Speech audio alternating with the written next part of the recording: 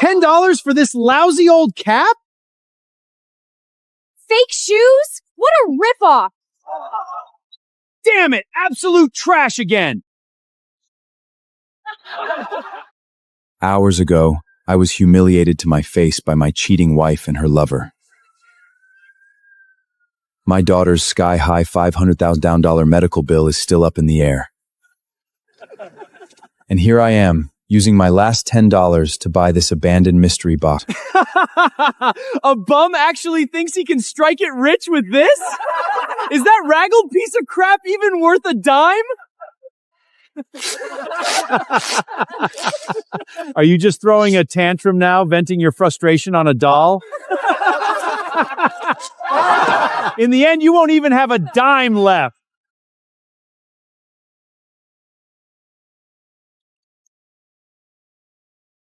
But from this moment on, my daughter will be proud of me. No one will ever humiliate us again. That's a Pataphyllip How is this possible? How did you know that was inside the doll?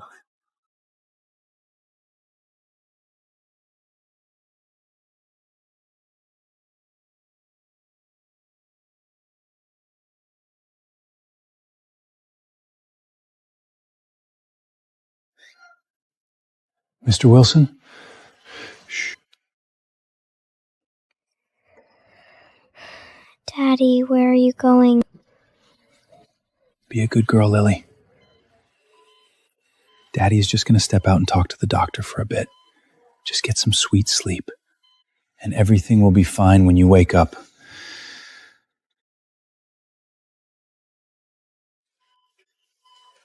Lily's congenital heart defect has triggered severe heart failure. We've just stabilized her acute indicators, but now we must proceed with stabilization therapy before moving to surgery. The total budget is $500,000. Doctor, I explained my situation. When my ex-wife walked out, she canceled our family health insurance. I can't come up with that kind of money on such short notice. If she doesn't get into the stabilization program, she could go into acute failure again at any time. The window for surgery will only get narrower. No, it can't be like this. She's only 6 years old. Doctor, I will find a way to get the money for her treatment, no matter what. Just give me a few more days, please. I'll apply for an 8-week surgical window for her. Pay $50,000 today so the hospital can start the stabilization therapy. The remaining $450,000 must be secured before the window closes. Thank you. Thank you. No problem. I'm going to get the money right now.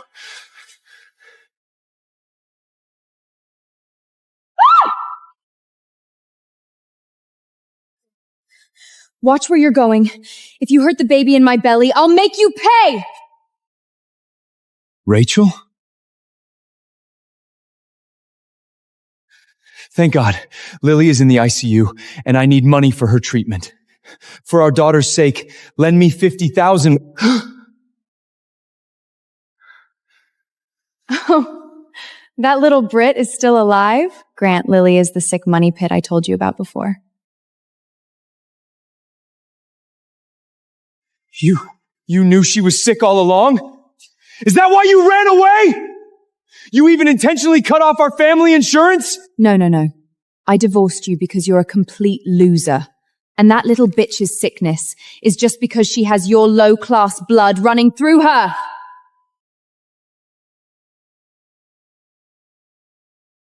But this baby in my tummy, Grant's child, is perfectly healthy. He is born to inherit a massive estate, while your daughter is only fit to rot in a hospital bed. She is your daughter too!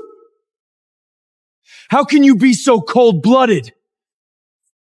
Enough, loser. If you want to save that little brat, here's a tip. Go sell your blood. $50 a pop. Do it 1,000 times and you're set. But guess what? Even if you drain every single drop of your cheap, useless, filthy blood, you still won't save her.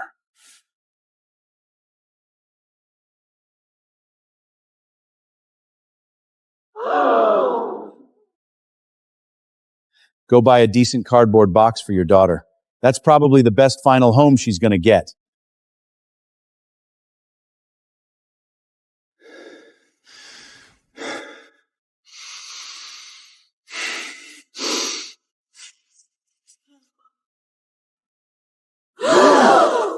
Keep your loose change and buy yourself a decent grave. No matter what, I will save my daughter. As for you two, sooner or later, I'll send you to hell myself.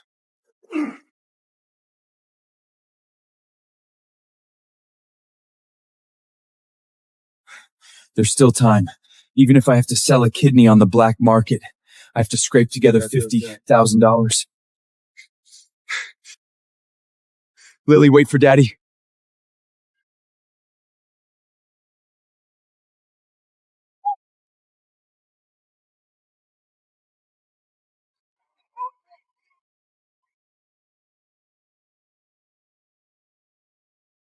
Garbage belongs in the dumpster!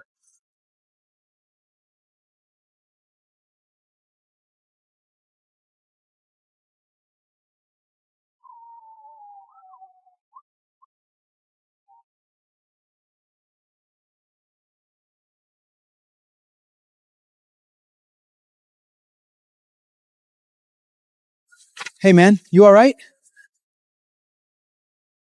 Knockoff sneakers? Worth $20? What the? Do I have X-ray vision now? And I can see the exact value of everything? I'm fine. You sure? These are unacclaimed packages I scavenged from the port. Interested? $10 a pop. Care to try your luck? I can't be sure if this vision is real or just a hallucination yet. I'd better just watch for a second. Just look at his pathetic broke ass. He probably can't even scrape up a single dollar from his pockets. Boss, that one, and the one in your arms, I'll take them all. You got it. That'll be $30. A $1 baseball hat. Damn it! Absolute trash again! Holy crap, it's real. $10 toy car? $20 knockoff sneakers? Well, broke even at least. I can actually see through them. I can actually see through them. If there's something high value hidden here. A $115,000 watch? Selling it should solve Lily's immediate medical crisis. I want that one. What? You want this one? This $10 is probably your entire life savings, isn't it? A hobo like you dreaming of hitting the jackpot? Go to hell. Even a seasoned mystery box buyer like me can only just break even. All sales are final. No refunds. Ha! Too late to back out now. You pathetic daydreamer, you'd better go hunt for molded bread in the dumpsters tonight to feed yourself. Stubborn prick, if you can pull anything good out of that, I'll eat this toy car right here, right now. A ragged doll. Go snuggle with it tonight so our poor little boy can feel safe and sound.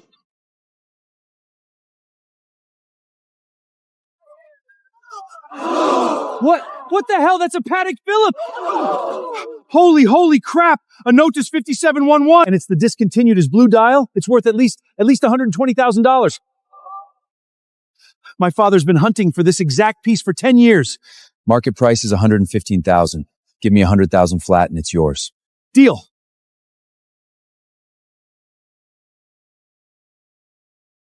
You've got some insane luck, man, to stumble upon a masterpiece hidden inside a piece of trash doll like that. Maybe you should look into storage unit auctions. The stuff you can score there is worth way more than these packaged blind boxes. If you're interested, contact me anytime. But even $100,000 in starting capital might not be enough. First, use $50,000 to pay Lily's hospital deposit. The remaining $50,000 will be the starting point for us to flip our lives around. The deposit is paid, and the rest of the starting capital is safely in the bank. But if I'm going to money, I won't be able to look after Lily. Looks like I'll have to trouble my sister Emma again. You supposed to be at the hospital taking care of Lily? How did you get hurt like this? What about her medical bills? The deposit is paid. I'm going to collect the back wage the liquidation company owes me and put the rest in the bank. Emma, can you stay with Lily for 2 hours? Of course I can. You work the store all day and sit at the hospital all night. Who's supposed to handle our own books? I'm only asking her for 2 hours. 2 hours? You still need another $450,000. You have no insurance, you can't even collect 3 weeks of wages, and now you want to drag Emma down in with you? Lily isn't a bill. She's a child. Rachel abandoned her. Why should we be the ones to carry the burden? Just because Rachel walked away from her responsibility doesn't mean Lily should just sit there and die. Come on. I'm going to the hospital now. I'll finish the store's books tonight. Emma! There were witnesses on the street. Rachel's guardian account just received an alert too. Jack paid the $50,000. Where did he get that kind of cash? He was just begging me yesterday. That's exactly why it's worth digging into. If I hadn't been there for a prenatal checkup yesterday, I wouldn't even have looked at them. I don't want anything more to do with Jack or that sick child. I couldn't care less whether that sick brat lives or dies. But the hit and run is already on the police radar, and he suddenly coughed up $50,000 overnight. I need to trace this suckus money. Find out what he sold. If it smells like marital assets, have the lawyers freeze it immediately. Even if we can't find proof, we lock him down and slow him to a crawl. The 8-week window has officially begun. To secure the remaining $450,000, I need to get those 3 weeks of hard-earned wages back first.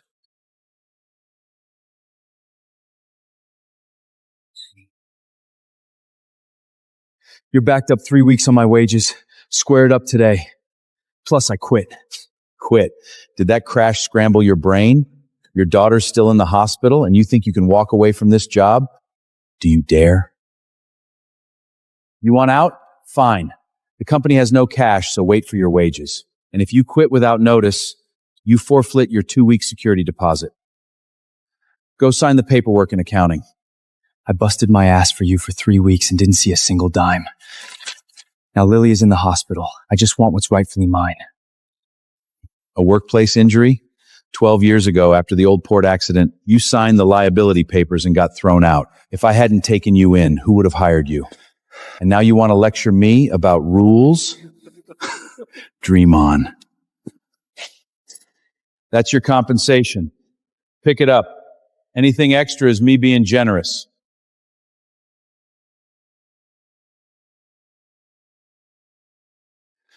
My daughter is still in the ICU. That money is what I earned with my sweat. Not a damn handout. See that pile of junk? Broken chairs, old refrigerators, rotten boxes. Sign for it and take it as your wages or keep waiting. Once it leaves this building, the company assumes no responsibility. You call that wages? Dumpish diving pays better. That's the offer. Take the pile or leave empty-handed. Think about your daughter in the hospital. 2 gold bales, 3 diamond rings. That's $108,000 total. This idiot has absolutely no clue. So, everything on this list belongs to me the second I sign this, right? Right. Trash or treasure, once you sign, the company has no further responsibility. Fine. I'll take a few pieces. See that? He's so broke, he treats junk like treasure. Don't come crying to the boss later, asking to trade it for cash. If there's treasure in this thing, I'll give you the whole warehouse. He used to take every insult without talking back. Now he's really taking junk as wages? It's not courage. He's so broke he can't even bear to throw garbage away.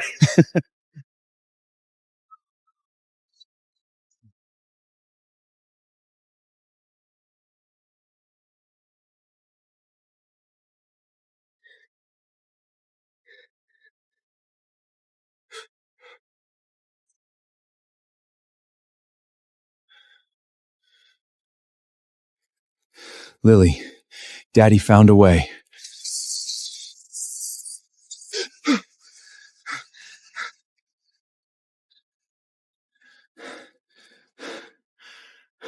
Jack, the Hospital Foundation is hosting an event tonight.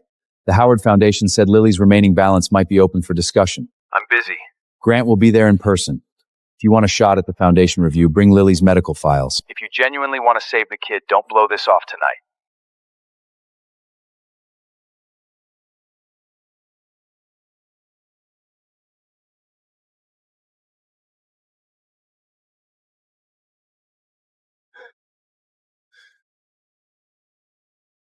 The deposit bought us 8 weeks. This $108,000 still isn't enough to save Lily, but I can find the next valuable item.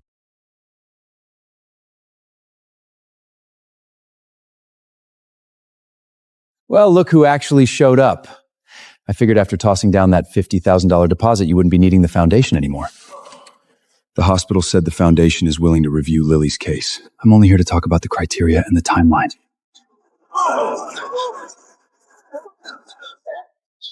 Tonight, we are also here to witness a mother reuniting with her ailing daughter. She's not the mommy I remember. The cameras are rolling. Don't humiliate me. She's a patient, not a prop for your commercial. Lily's case hasn't been approved yet. Cooperate with the charity shoot, and I can bump her application up to priority review. I am personally donating 2 items from my private collection. Every single dollar from this charity auction will go straight to the Children's Medical Fund. To call this a donation? Would anyone even bid $1 for this junk? This is a charity gala, not a junk disposal slight. They're old, but they've been cleaned and sanitized. They're good enough for the kids in the ward. 8 weeks, $450,000. Play ball with me, and Lily's case goes to priority review. Keep making a scene, and she won't even make it to the evaluation table.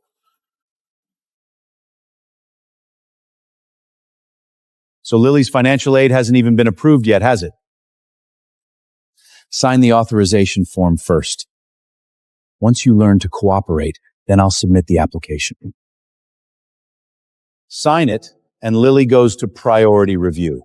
Follow our script, and don't breathe a word about the car accident or anything before today. This isn't an aid package.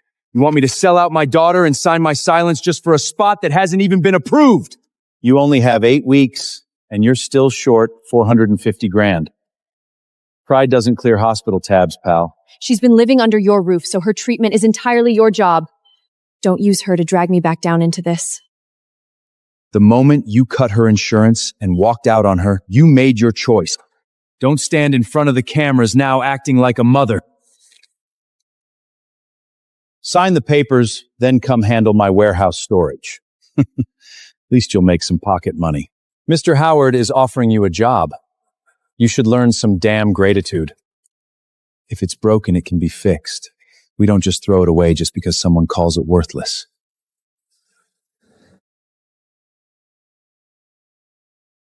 A fake bag and a printed signature. Together, they're worth less than $1,000. But the publicity they're buying by exploiting Lily is worth far more. Put that down. That is way out of your league. Are you absolutely certain you want to auction these 2 items for charity? Of course. Then let's have the staff appraiser check them right here, right now.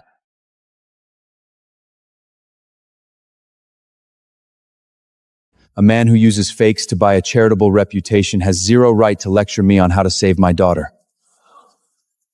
A warehouse grut actually trying to appraise my collection?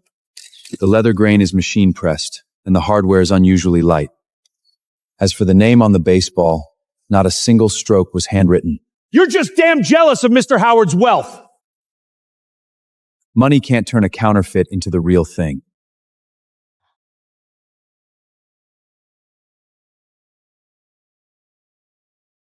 The bag is a high-end knockoff, and the signature is definitely a print. Neither of these can go into a legitimate charity auction. Just a procurement blunder, that's all. The foundation will replace the auction items immediately. Not a cent has been approved for her case, but the contract is clear. Silence me, use Lily in your advertising, and erase your liability for hitting me with the car. I'm not signing this. If you walk away from my terms, you can scrape up that $450,000 all by yourself. The Howard Foundation will not submit this application for Lily ever again. The rest of the money, I'll find it myself.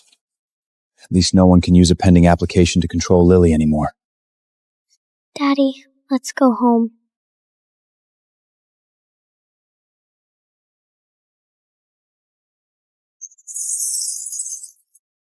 The contact at the procurement company goes by Vince. He's got ties to the Howard Group's old port project.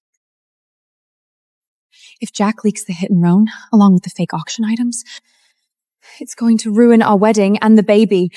Don't talk about us just yet. You couldn't even manage to keep a 6-year-old kid under control today. Find out exactly where his goods are coming from and what accounts that cash is hitting. Track down his sister's laundromat and his parents' trailer park. Dig into all of it.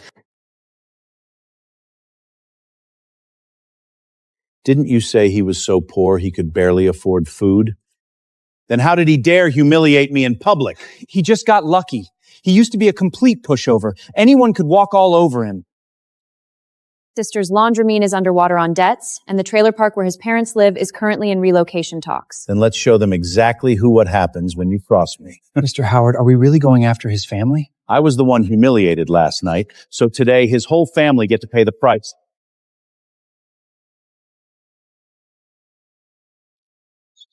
Sell these off first, then we start settling the accounts one by one. Sir, how can I help you today? Do you guys buy gold and diamond rings here? We do, but we require an appraisal and formal registration.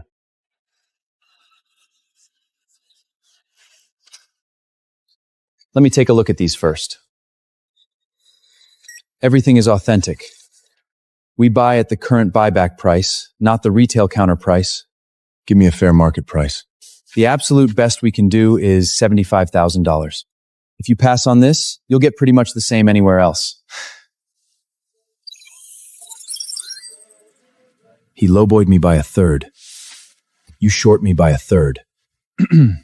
Sir, you might not really know how the market works. I don't know your tricks, but I know how to read prices. The clerk miscalculated. The standard payout is $108,000 flat. Paperwork, invoice, and bank wipe, everything fully covered. Itemose everything clearly and wire the funds. You got it.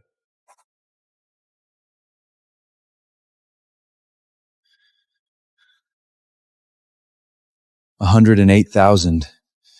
Still not enough. Lily, just hang on for Daddy a little longer.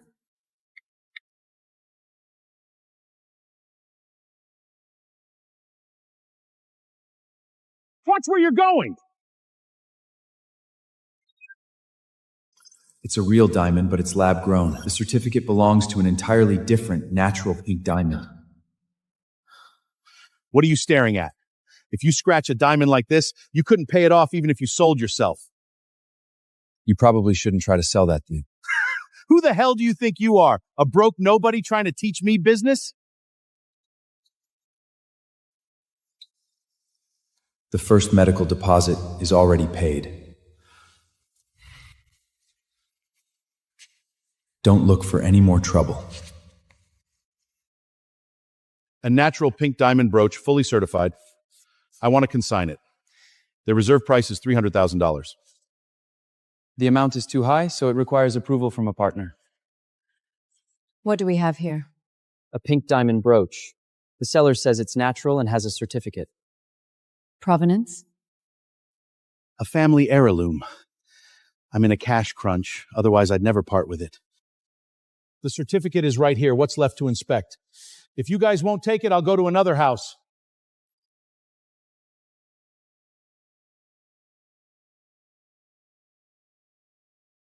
See? It is a real diamond, and the certificate is right here. Stop delaying and prepare the payment. Process it for consignment storage first. Hold the funds. Starting bid at $300,000, but it must be sent to the lab for a recheck. You again? Who gave you permission to come in here? Sir, do you have an appointment? You shouldn't take that item. Excuse me? It is not a natural pink diamond. Say another word and see what happens! What did you just say? Say it one more time. I'm afraid I misheard you. I said this brooch is not a natural pink diamond. You see this? A guy wearing a work uniform with a bandage all head is standing here trying to teach me about jewelry. Sir, do you happen to know this seller? Never seen him before. Then you'd better not jump to conclusions. Accusations like this can hurt the auction house reputation, not to mention the sellers. Since you had the balls to walk in here, don't just drop a conclusion and leave it at that. Give me your reasoning. The certificate itself is authentic, but it belongs to an entirely different loose diamond. The cut proportions in the photo don't match the actual piece. The girdle laser code on this primary stone has been ground down, and there's a ring of frost around the edge. So what if it's been repaired? It's perfectly normal for antique jewelry to undergo restoration. Don't act like an expert when you don't know jack shit. Restoration itself is normal. Side stones have inconsistent color temperatures, and the center stone is lab-grown. Are you calling all of that restoration too? Sophia, I'm withdrawing the consignment. Give me back my brooch. If you let a broken nobody stand here and slander your clients, we have nothing more to discuss. You were the one begging for a cash advance a minute ago, and now you're rushing to leave. What's the hurry? I have an urgent matter to attend to, okay? Is this urgent matter a friend pressuring you to grab lunch too? That thing belongs to me! Give it back! You signed the consignment testing authorization, so the brooch will remain sealed. The police are here. You can explain it to them. You messed with the wrong guy. You'd better watch your back when you walk home at night. You'd better worry about where you're sleeping tonight first. Seal the brooch, turn over the test record, surveillance footage, and authorization form to the police. I'm warning you one last time. If the test damages the stone, you guys are paying for it. If it's real, I'll pay for any damage. If it's fake, you explain it.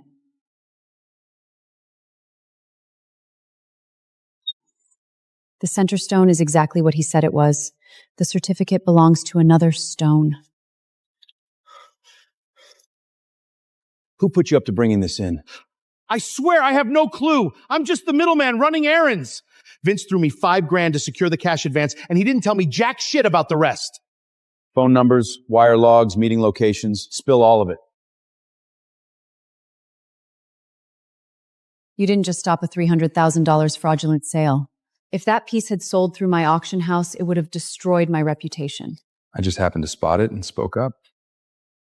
Most people see trouble and their first instinct is to look the other way. You walked out the door and turned right back around. That's not just speaking up. I've been hiding in the shadows for way too long. Lily is still in that hospital bed. If I keep hiding, she won't have a single soul standing in front of her. Next time you track down any merchandise, bring it straight to me. Jewelry, high-end watches, estate cleanouts, forfeitures, unacclaimed storage units, we handle all of it. I've only ever bought a $10 blind box. Someone like me can actually get into storage unit auctions? Those cardboard boxes at the port are just for rookies to pay their dues. A real blind auction gives you exactly 10 seconds to look inside before you buy the entire unit. Whether it's buried treasure or toxic mold inside, you swallow the cost alone. Sounds a lot like gambling. Your eyes only dictate whether you spot the prize. The capital, the legal permits, and the disposal logistics, that's what dictates whether you actually walk away with it. 20 grand. Special risk consultant fee processed straight through the corporate account. You saved my house from a counterfeit disaster. So you earned this money clean and square. Let me read through the terms before I sign. If you signed it without reading, I wouldn't have the guts to hire you. The errand fee traces back to a third-party procurement contractor used by the Howard Foundation. The police secured the evidence, but right now it only proves a financial link. It doesn't trace back to who pulled the strings. Grant, you'd better pray this is just a coincidence. Mr. Wilson, large cash injections and liquidation payboats require thorough source verification. The paperwork is all right here. I want to establish a child medical trust account for Lily Wilson. The sources of the fund have been verified. How much would you like to deposit? $150,000. The hospital already took the $50,000 deposit. This trust will be exclusively locked down for Lily's ongoing therapy and surgery.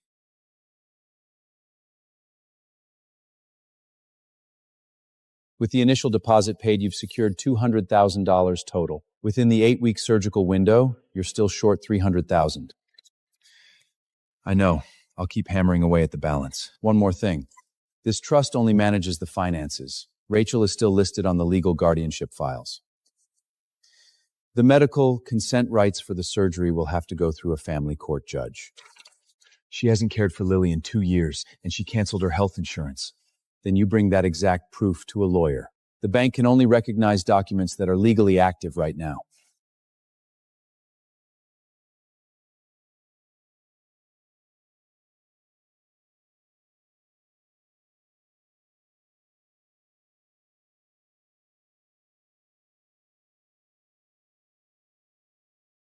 He went to a gold dealer and an auction house before entering the bank. We couldn't obtain his account balance, but we confirmed that he recently sold a luxury watch, gold, and diamond rings. Could those pieces have been hidden away before the divorce? If they were, he's actively concealing marital assets. Oh, so now you suddenly remember you were his wife? I just don't want him turning around, building a fortune, and blasting the insurance cancellation to the media. Trace the exact transaction dates and the supply chain. If it smells like marital assets, have our lawyers file for an immediate asset freezes. If you can't find proof, don't tip them off just yet. Sir, the discount rack is in the back. If it's just for a job interview, the budget line will do just fine. I'll try this one on. That one isn't on sale.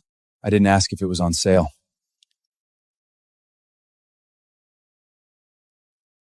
These clothes won't make me any more valuable. All they'll do is force those bastards to sit down and actually listen to what I have to say first.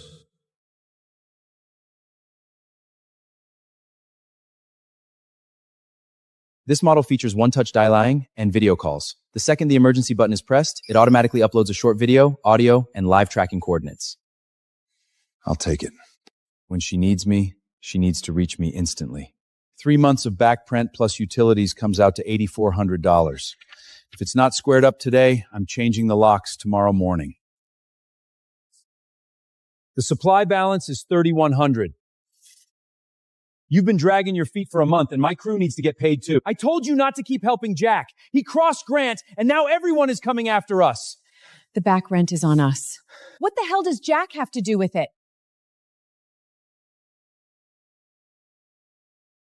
Where the hell did you borrow a suit like that? I just hovered the balance, run the card, and make sure the receipt is itemized.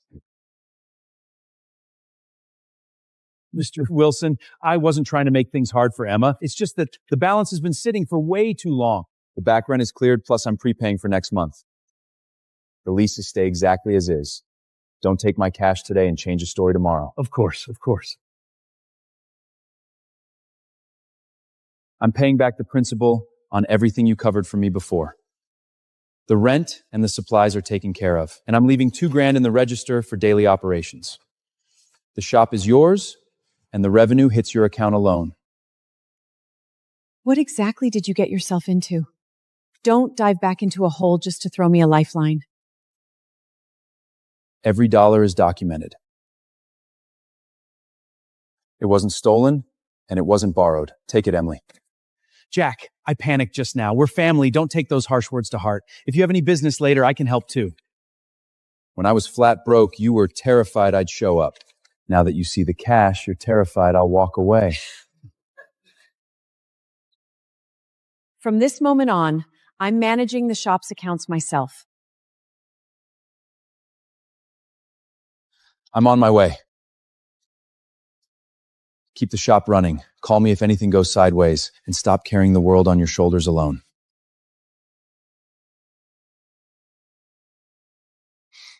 I want my daddy. It's only going to take a few minutes. Just cooperate and don't humiliate Grant and me. The second the cameras roll, just say thank you to the Howard Foundation and Mommy. Once you say it, we'll bump you up to a much better private suite. She wasn't there for me. Daddy was. Cut the cameras. She didn't give consent. Rachel is her legal mother, and she already signed the media consent form. Jack has been the sole caregiver here, and he's the one clearing the bills. Since there's an active dispute over the medical records and the media exposure, the shoot stops right now.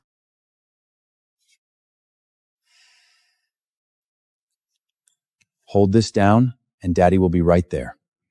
If you don't want to shoot, just say no. Nobody can use your medicine to push you around.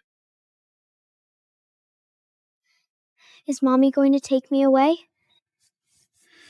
No one is going to take you away without telling me. Daddy will have a lawyer put every document in order. You honestly think hoarding a little cash means you can just scratch me off the legal documents? You walked away for 2 straight years, cut her insurance, and didn't clear a single bill. The family court judge is going to review this line by line. The judge is also going to ask where the hell your cash is coming from. Scrapping together a living on storage unit flips day by day? You call that a stable income?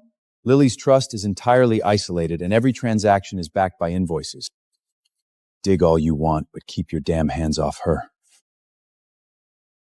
As long as Rachel's guardianship stands, she can interfere with the surgery and sign publicity waves. We're filing an emergency motion for sole medical decisioning rights immediately while nailing down the proof of your care over the last 2 years. She doesn't give a damn about Lily anyway. Why the hell is she still blocking these files? This isn't about the child. She's either afraid of being sackled with the medical debt or she wants to use her signature as leverage. The court doesn't care what she claims to feel. It looks at evidence. Long-term care logs, a stable residence, and a consistent legal income stream. You have a solid foundation for the first 2, but we need to reinforce the residence and the income. Before Lily was hospitalized, we were packed into a cramped port bunkhouse. It's not a proper home, but it's the only place I could secure. First, rent a 2-bedroom apartment within walking distance of the hospital. It's not a show for Rachel. It's about showing the judge that the second Lily gets discharged, she has a safe home to return to. I want to move faster. You already paid the price once for that liability statement 12 years ago. Don't miss a single word in Lily's authorization documents. Your consulting contract just started, and your credit file shows past delinquency flags. I can put down 3 months deposit up front. But the contract needs to state clearly, utility rates for medical equipment will face 0 soup charges, and the backup power grid will undergo routine property maintenance checks. Is your child ill? Congenital heart defect. She requires an entirely stable environment the second she gets out of the hospital.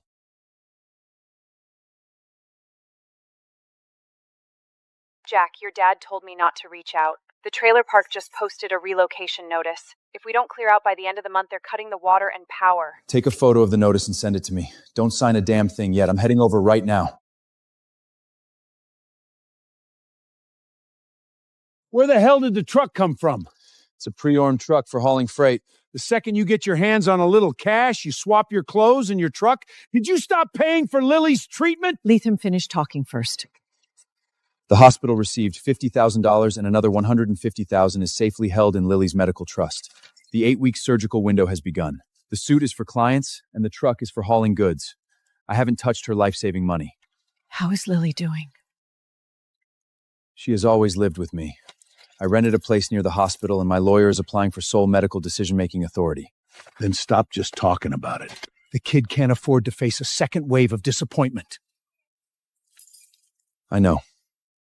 I get that you guys didn't believe in me before. But this time, just watch what I do first. I'm not terrified of you running out of money. I'm terrified that the second you spot a shred of hope, you'll drive yourself way harder than before. Before today, I didn't know what I was surviving for. Now I do.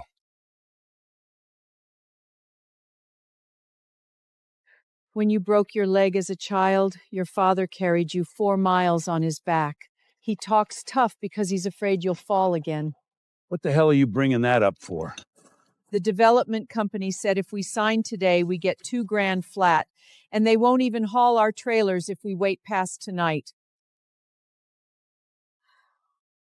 We're all getting old. If we're forced out, where could we possibly afford to rent? $2,000 sounds like a lot, but a single move and a rental deposit will wipe it out clean. But if we don't sign, we're terrified we won't even see that $2,000 in the end. Don't rush into signing anything just yet. Give me 24 hours to dig into the old agreements. Tomorrow, whether you pack up or dig in, the choice will be yours.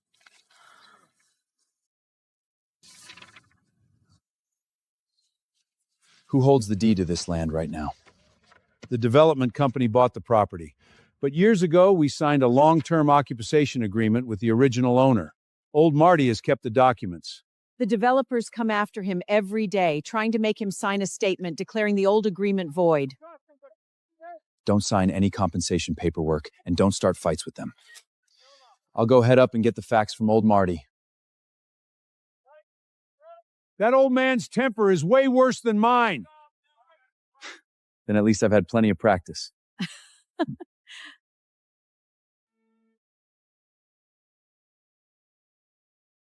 $200,000. The second you verify the original lease expired years ago, you walk away with the cash tonight. You guys said 100,000 last week. Just shows our good faith. You're getting up there in years. Keeping a stack of old paper won't exactly fund your retirement. If that old paper was truly useless, it wouldn't be worth a $100,000 bump in a single week. You again. You have no say here. My family lives down the hill. I'm not begging you to sign, and I'm not begging you to pass. I just want to find out what exactly they're buying first. They're buying my signature. What about you? What exactly are you bringing to buy my trust? Don't listen to nonsense from a clean-out worker. He can't even understand this contract. I can see through physical goods, but X-ray vision doesn't decode contract law. I don't understand contract law, and I'm not going to pretend I do. But give me a shot to look at the merchandises inside your house once. Come back tomorrow. Tonight, I want to hear what this guy who doesn't pretend to be an expert has to say first. Go ahead, lay it out. Which piece is worth real money? Don't pull sweet talk out of your ass to pacify me.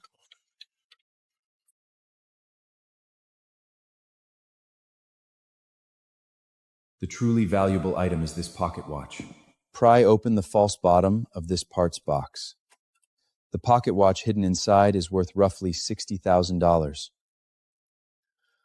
I've been hunting for this for 30 years. I figured it was stolen long ago. You aren't guarding a pile of junk, you're guarding a house full of history. I used to manage the leases here. The original owner promised that as long as everyone paid rent on time, they could continue living here. When the land was sold, a lawyer prepared a succession document requiring the new owner to honor that promise. Where are those legal files? All I have is the old lease. The actual succession rider is with the lawyer who handled the transfer back then. The creditors are clearing out my cabinets and files tomorrow. Those papers are exactly what the development company is after. Then let's let them spend top dollar to buy the wrong files while we keep the real ones for ourselves. You sure you can pull this off? When it comes to merchandise, I trust my eyes. When it comes to people, you just have to bet the house once. Court-ordered asset liquidation. All items sold as it. All sales are final. The original lease is inside a flat tin box. I remember putting it in the cabinet, but after shifting things around over the years, I can't be certain. Don't look at me. The more anxious we act, the faster they'll disco exactly what we're hunting for.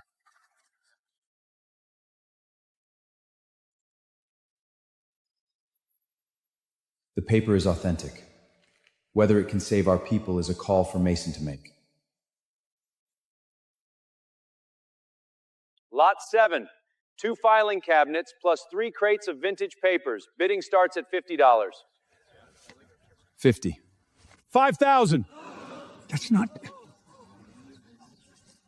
10,000. 20,000. Why'd you freeze up? Aren't you supposed to be saving your parents? You got the cash, it's all yours. The fatal flaw with broke people is that you always think raw courage can substitute for cold cash. Did Jack misread the room? He didn't even push past 20 grand. Do we still stand a shred of hope? Ever since he was a kid, he'd rub his nose whenever he lied. He's not rubbing it now, so don't panic yet. Your father knows you pretty damn well. He's been chewing me out for over 40 years. He was bound to learn a thing or two.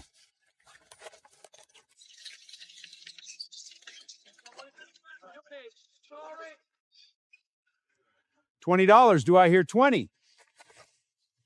20. Sold.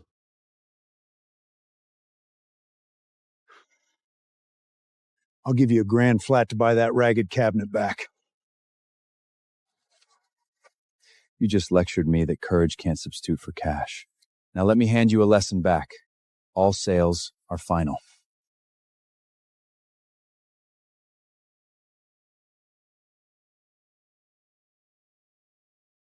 Didn't you tell me he was staring right at this cabinet? He was definitely looking at it.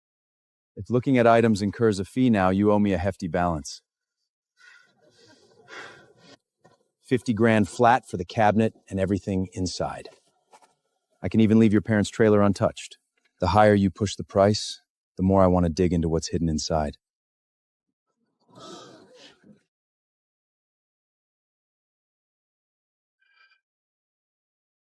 This is it.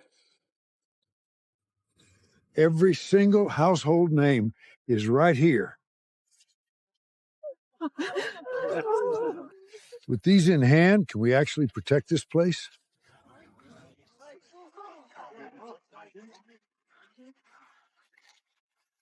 I only know the papers are genuine. You tell us whether they have legal effect. This is more than enough to file for an emergency injunction. I'm submitting it right now. The second the judge signs off, they cannot cut your water, cut your power, or forcibly haul a single vehicle. You honestly think a few scraps of old paper can beat Grant? At least for today, not a single one of you is driving my parents out.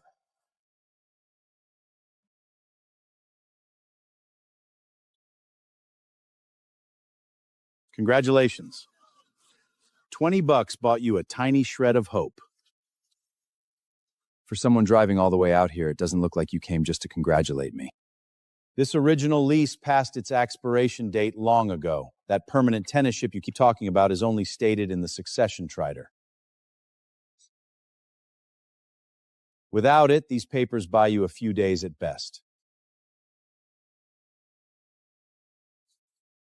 He locked onto the vulnerability. The final page does explicitly reference a succession rider. Without that piece, we can only fight for a temporary injunction first. Where the hell did the rider go? Alan Cole was the attorney handling the title transfer back then. The original files always stayed secure at his firm. Cole died years ago, and the firm folded right after. You have exactly 72 hours left. These second time runs out, I will right here, watching this entire place get cleared flat.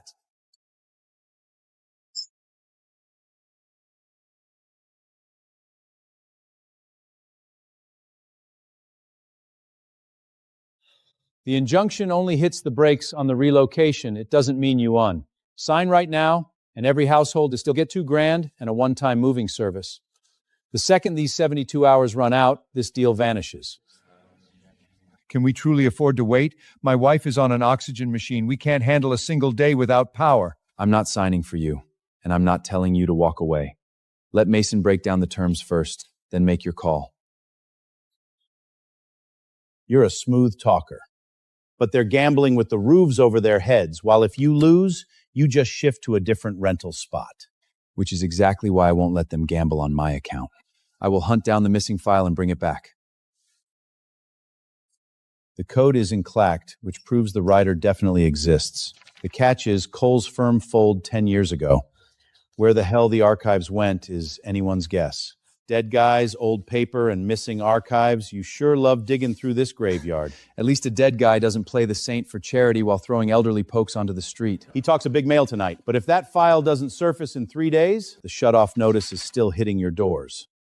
Don't blame me for not leaving you an out when the time comes. My husband is buried nearby. I don't want to leave. But I don't have the guts to gamble with whatever days I have left either. Hold on it for now. No need to sign today. Once Mason reviews it, I will personally break down exactly what you stand to lose in every single clause. You don't even know where your next dollar is coming from tomorrow, and you're out here guaranteeing their future? I'm not guaranteeing a win.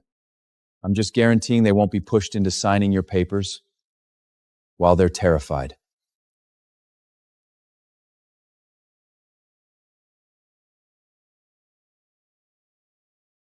After Cole passed away, his daughter sent the remaining boxes from the firm to a storage facility. She covered the rent for a few years, but then the payment stopped.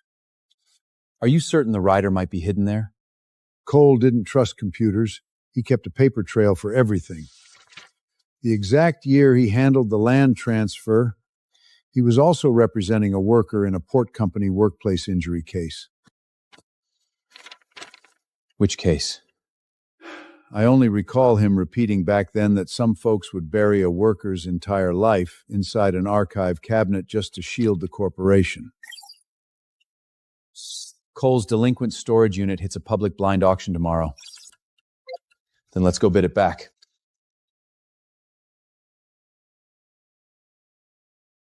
Cole's archives were divided among 3 units. The facility only provides the unit numbers and does not guarantee that the contents are complete. The doors open for 10 seconds, and no one may enter to search. And if we buy the wrong one? The trash, the mold, the expired chemicals, and the disposal fees are all on you. A blind auction never issues refunds. The clean-out registration is approved, but the insurance file is still missing the rider clause. If we don't patch it today, you won't even secure a bidding paddle. Whatever's missing, we patch it today. We have another headache. Grant's people registered too. Harrison Black, he specializes in predatory asset bid wriggling. He doesn't know where the rider is hidden, but he has the capital to spike the price on every single unit you lock your eyes on. If he's exclusively gunning for me, that actually makes things simple. You've only won once, so this is exactly when people mistake luck for skill. Blind auctions punish that mistake. A few days ago, I was down to my last $10. I know better than anyone exactly how expensive a single mistake can be. One more thing. The rider is evidence, not merchandise. Once you win it, it goes straight into court custody to be sealed.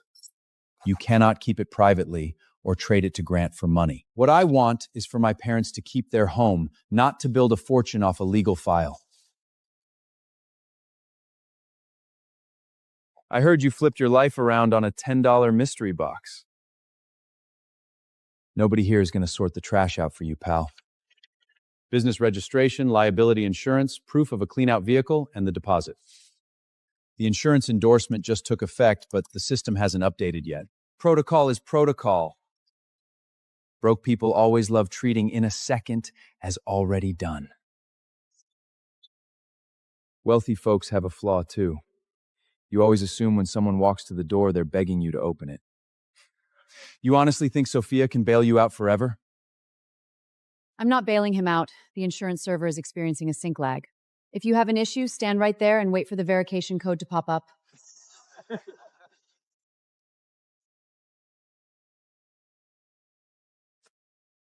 Paperwork is fully verified. Paddle number 15. The code arrived, and I got my paddle.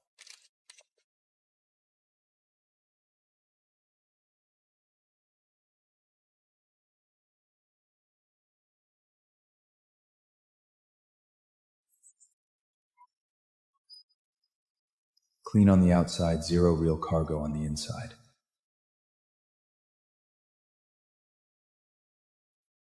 Lock onto this unit. Is there truly something inside? We have ears on us. Don't ask.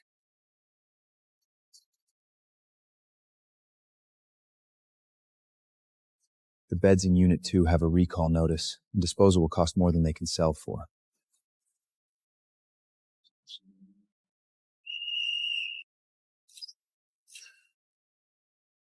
The refrigeration unit in Unit 3 is broken. Buying it means losing money on removal before anything else. Spotting value is one thing. You're finally learning how to factor in the outside liability. A loss now doesn't just hurt me, it delays Lily's treatment. Every cost has had to be clear.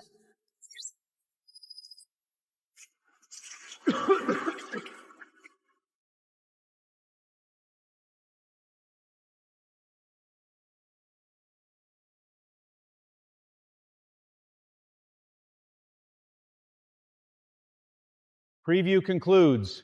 Bidding kicks off in 5 minutes. Your eyes are sharp, kid. But out here, spotting it doesn't mean you walk away with it.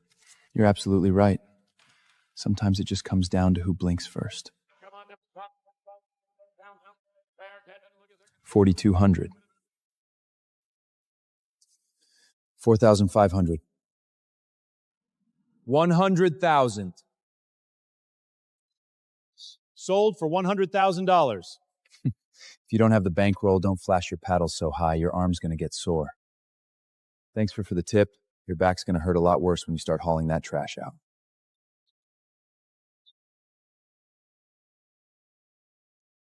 Those high-end crates are completely empty too. $100,000 for a stage set. At least he can pretend to be rich tonight.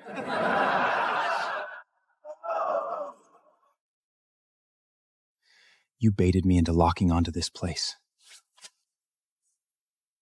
I look where I look, you bid what you bid. I'm damn sure not responsible for where my eyes happen to land.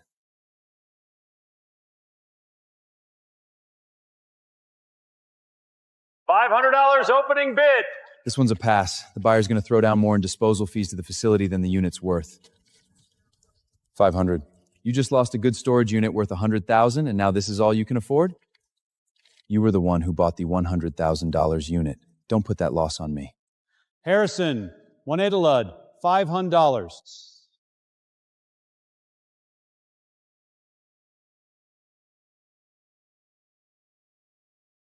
Boss, the crates are completely rotted out from water.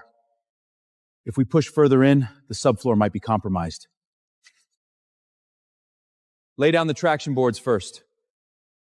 Swap masks every 30 minutes. If anyone starts coughing, step out immediately. You still get paid for the hours.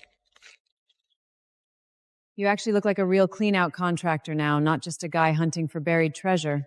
Clean it out first. Then we can talk about finding valuables. All three are highly recognized models in the collector's market.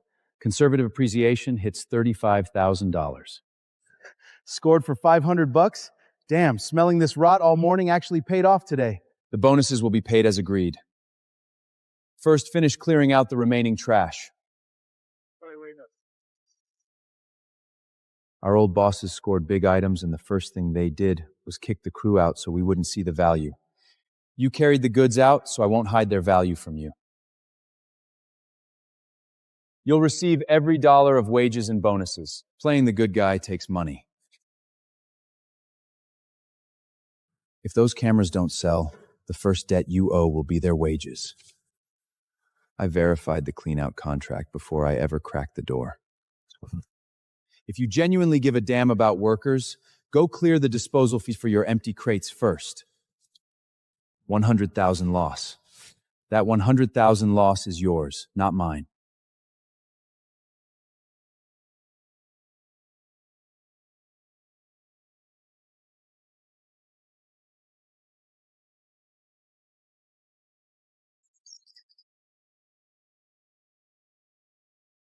"46 River Valley Road. It was Cole's home. It goes to foreclosure auction in 48 hours. The rider isn't here. The next lead is at 46 River Valley Road.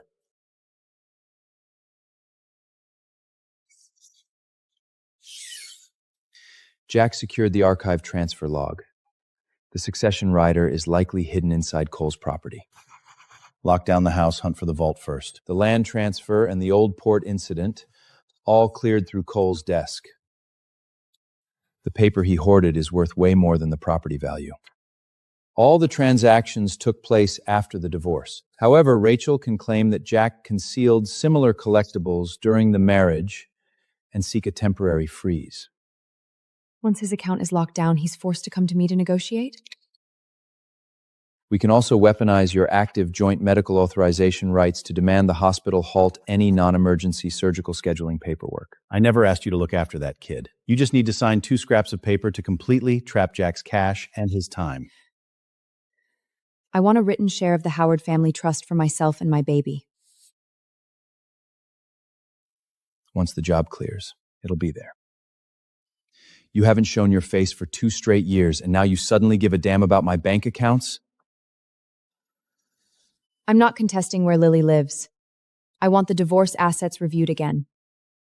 As for her treatment costs, don't expect the court to make me cover them later.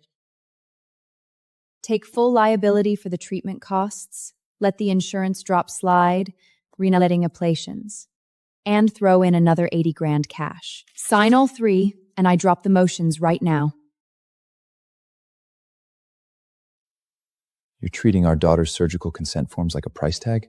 Ms. Carter legally retains joint medical authority. You possess the right to reject the terms or wait out a court ruling. Jack has been Lily's sole caregiver, and he paid both the deposit and the trust funds.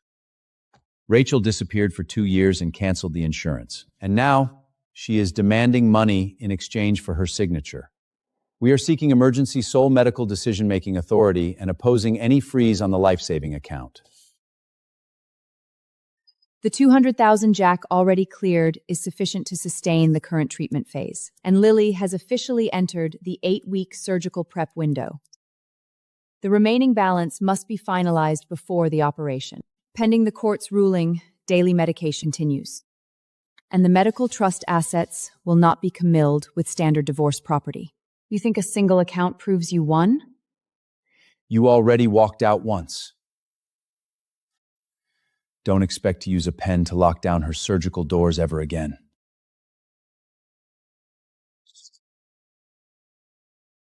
I'll manage the medical authority and the accounts. You go lock down the rider. But the corporate operational FUDs and the medical trust must remain strictly isolated. Not a single dime gets touched.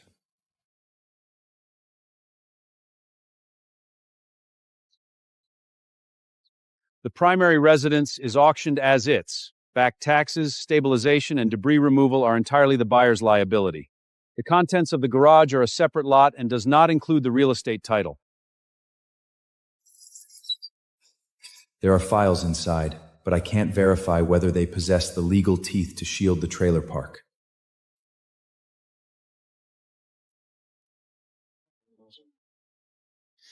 Back tax leases hit 70 grand. Temporary structural stabilization starts at 40 grand flat. Real restoration blows past 100 grand easily. Even if there's a vehicle inside, you can't balance the ledger. Just because something is hidden inside doesn't mean the property title and restoration liabilities are worth swallowing. Which is exactly why I had Mason dig into it. I refused to pay a lifelong price for someone else's terms. Because I failed to parse the paperwork a second time. Staring this hard, have you already picked out your own casket, kid?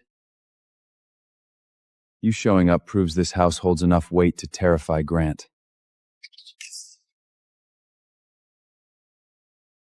This isn't a standard clear debt upon purchase auction.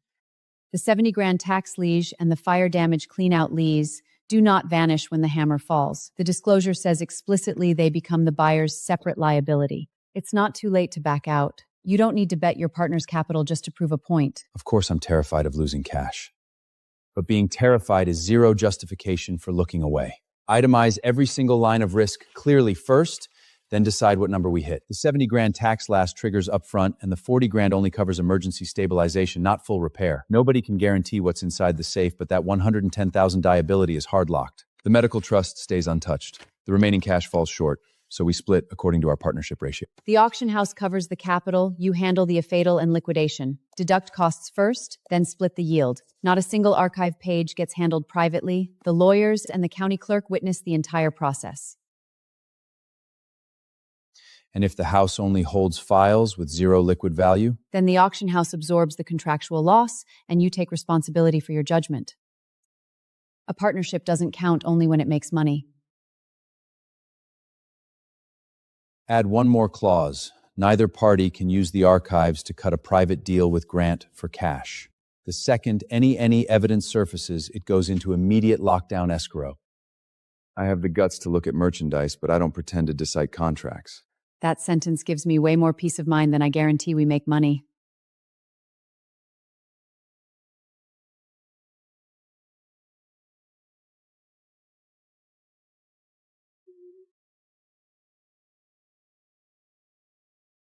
You're overselling the act a bit. Harrison loves believing he's parsed everyone else out. If I play it soft, he won't buy the bait.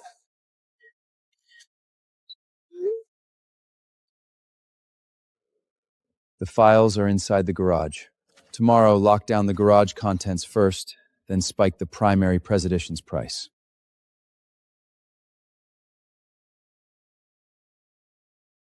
Mr. Howard, the more you try push me out of the bidding, the more I want unearth whatever files Attorney Cole hoarded I account. Curiosity, an excellent way for a business owner go bork. I'm handing you a warning. Jack can check a single piece of merchandise for you today, but tomorrow he'll have you betting your entire corporation on his eyes. At least he turns over a contract he can't parse straight to a lawyer. The people surrounding you just burn whatever files they shouldn't be looking at. He's going to pump the price, or he might have someone slap a lockdown order on the house. You locked and loaded? The Capitol has a ceiling, and my time has a ceiling. My primary fear isn't him spiking the price. It's us winning the title but getting dragged out before we can ever step inside. I'll coordinate the structural engineers, the legal team, and continuous video logging. Getting inside safely is my problem to solve. Whether there's cargo inside is your call to make.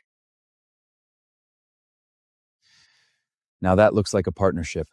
Not one guy putting his life on the lie while the other just sits back and waits for the numbers.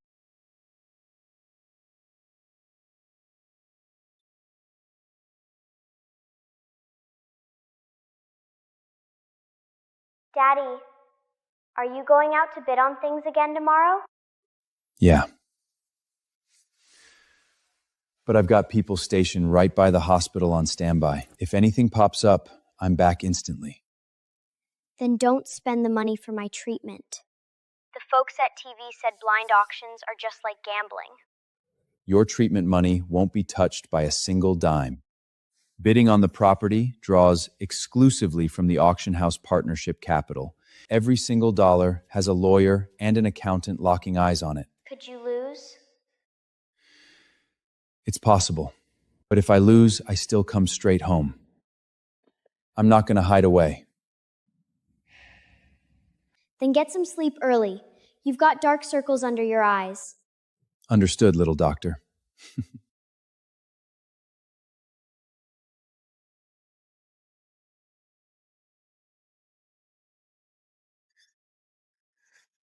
$70,000. You still in, kid? $90,000.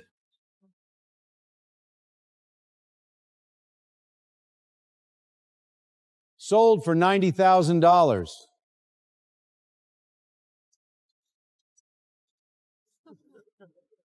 $90,000 for a disposal tab? That one's gonna leave a scar for life. You set me up? I took a couple of looks, and you threw down $90,000 blind. The person who truly scammed you wasn't me. It was your own assumption that you're smarter than everyone else in the room. Go clear the disposal proposite first. Those vintage oil drums require hazardous material processing. Don't let Grant pay for your education fees again. You flashed the platel yourself. I didn't touch your hand by a single inch. You're not walking away with the primary residence either.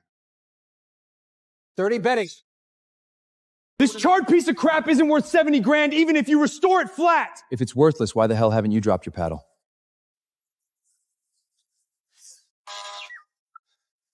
Mr. Howard, 10 more seconds and the house slips away. You tossed down $90,000 for garbage and now you expect me to drop more cash instantly? Figure it out yourself.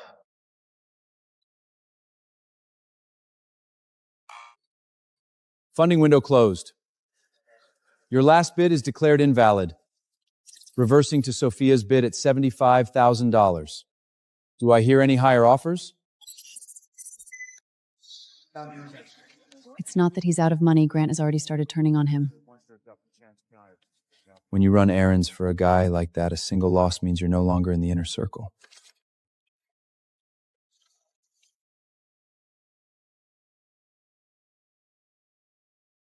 A new hazardous structure report was just flagged. Entry is entirely prohibited until structural verification clearance is processed. Congratulations. $75,000 to buy a charred frame you can only look at from the sidewalk. At least the front door isn't under your jurisdiction anymore.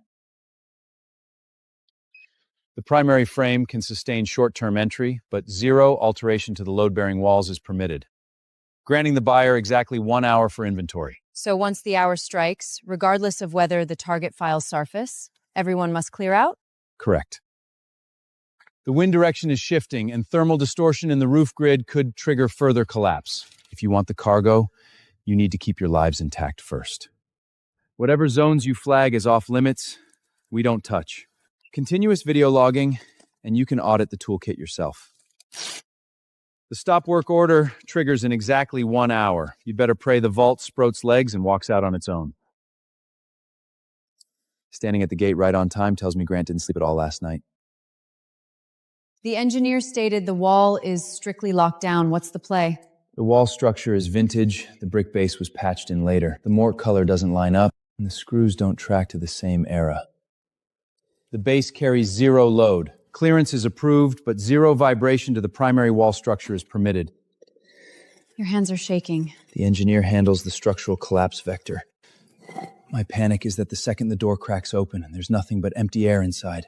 If it's empty, the contractual loss hits the corporate ledger. It doesn't strip the flesh off your bones. Keep your hands steady. Every time a bill went wrong before today, my name was the only one printed on it. This time there are 2. Keep hammering. 15 minutes left on the clock. Keep continuous video logging on the entire process. The second the files surface, lock them down in escrow. Don't go flipping pages all over the floor. I know. What I want this time is leverage that stands up in a courtrooms. 5 minutes remaining.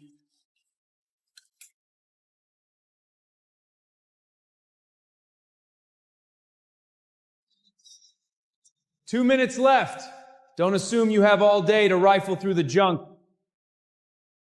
2 minutes left on the clock. You are exclusively permitted to cape the intact file jackets directly out of the vault. 0 opening, 0 page rifling inside the basement footprint.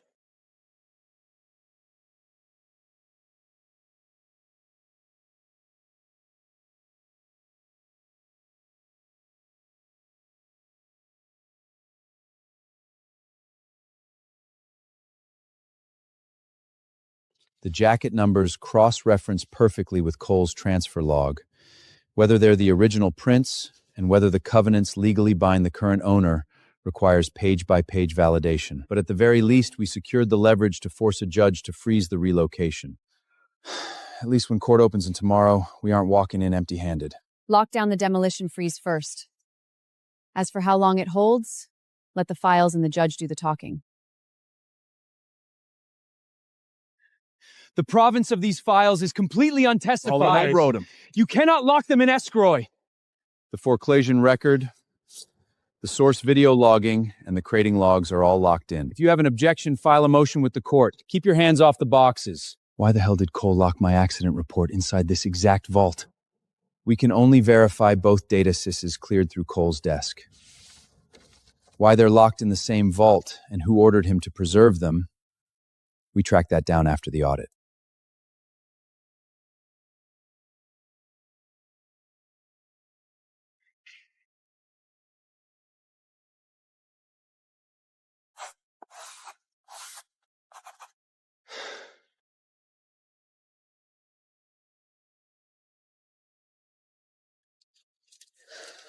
Scraps of paper preserved by a dead lawyer don't prove jack shit. Drop a price number, the house, the contents, the archives, I'll buy off the entire spread. You weaponized my daughter's critical sickness to cut a deal, and now you want to buy out my past? Dignity doesn't clear a surgical invoice. You should know that better than anyone, pal. Which is exactly why I build Bankroll. But I build Bankroll to secure my footing, not to put myself up for sale a second time. These materials are enough to seek an emergency stay. A long-term injunction depends on our authentication of the rider. If the old port records pass authenticity and provenance checks, investigators can reopen the case.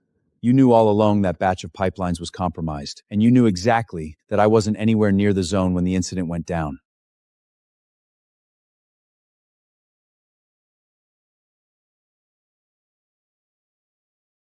Pending the completion of the authentication, you cannot use a few scraps of yellowed paper to halt a perfectly legal development project. The Followger auction was fully recorded on video, and the files were sealed on-site by county officials. These residents have called this place home for over 20 years. If you demolish their homes before the authentication is done, they won't have a place to return to even if they win.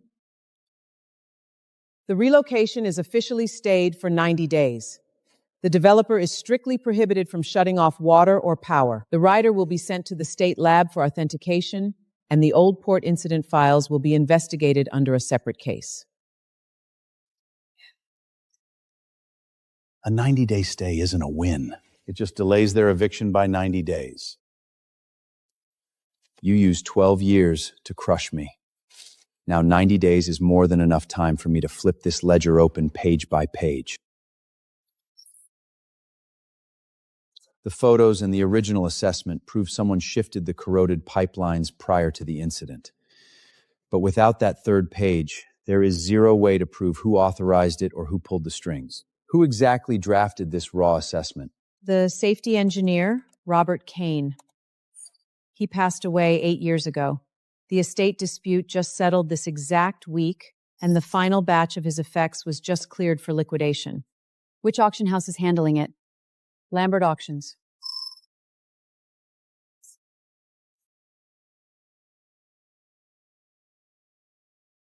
Vince.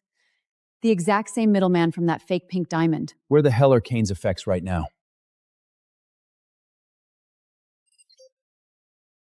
Whoever intercepted that third page 8 years ago might have slipped it right into this batch of estate effects. The preview opens tomorrow. You're coming back to the house with me.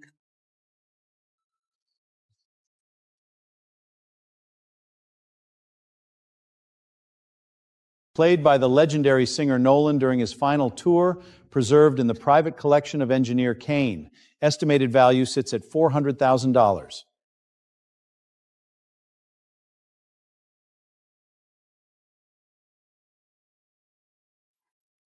The photos and the backstory are real, but the guitar is an absolute fake. Boss, since when do we let a warehouse grimp into a premium showcase to give appraisals? Since the exact day he saved your house from a $300,000 counterfeit diamond disaster. Sophia, this is a $400,000 premium showcase, not a salvage yard. Before you let him run his mouth, you'd better consider exactly who is backing the firm's credibility. Credibility is forged through thorough inspection, not by kicking out the guy asking questions. This package comes with a manifest written in Kane's own hand, plus tour photos. If you snap a single string, you can't afford the liability. The photos are real, and the manifest might be authentic too. The guitar isn't. I locked in a $400,000 guarantee on this lot. The auction opens tomorrow, and you're letting his words tank our corporate credibility?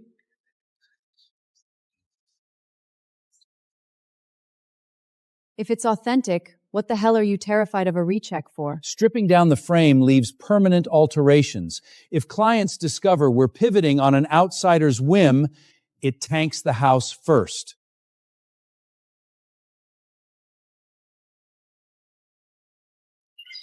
The piece holding the real weight is hidden right inside the amplifier. Halt this exact lot immediately.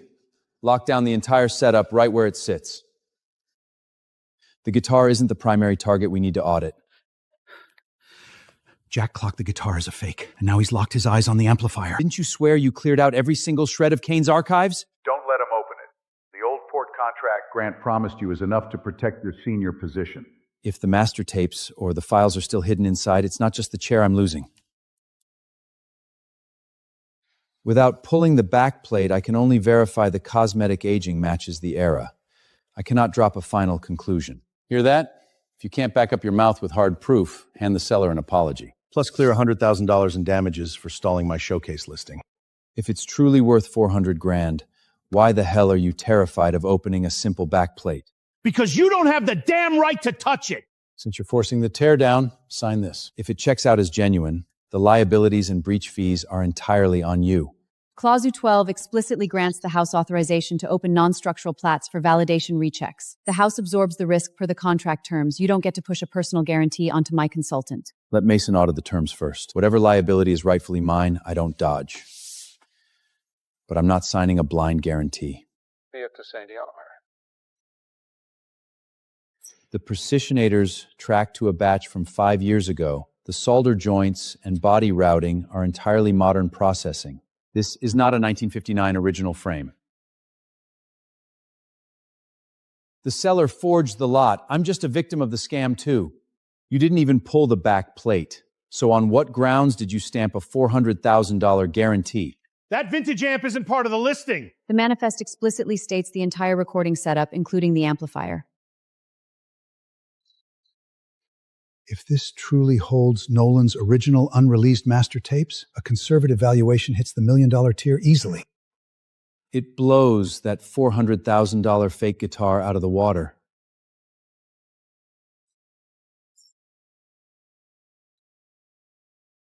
A minute ago, you pinned Kane's name to guarantee a fake guitar. Now that the real asset surfaces, you claim it's got zero connection to Kane. Pick one of those lies to lock in. Because you're caught flat. Do not hit play yet. We can see the preservation state of the tapes, but the copyright chains and estate successions are completely dark. Have the legal team and the specialists on site first.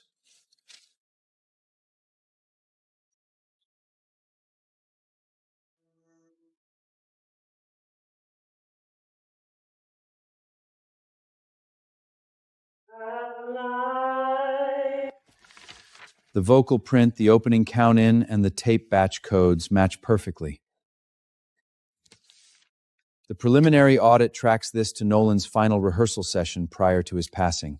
The final verdict waits on material and tape continuity testing. That thing belongs to me! You don't have the damn right to play it! The estate manifest covers the entire recording array. You weaponized a fake guitar to scam a corporate guarantee while trying to smuggling out the real master tapes. Save those words for the police. I had zero clue the tapes were hidden inside. The guarantee line was approved because Lucas scammed me with forged documentation of Kane's estate. The audit log shows the legal team demanded a recheck, and you personally struck it out. You didn't misread the lot. You were actively laundering a fake into a legitimate auction for them. Grant only promised to route the Old Port liquidation contract to our house. I figured it was just pumping asset valuations. I had zero clear it involved counterfeits. The exact second you scratched out that recheck mandate, you lost the right to call this misreading the merchandise. Vince has more than this one batch. You've blocked their route through the auction house. Grant will first cut off your consulting credentials. Then use the loss of income against your medical authority case.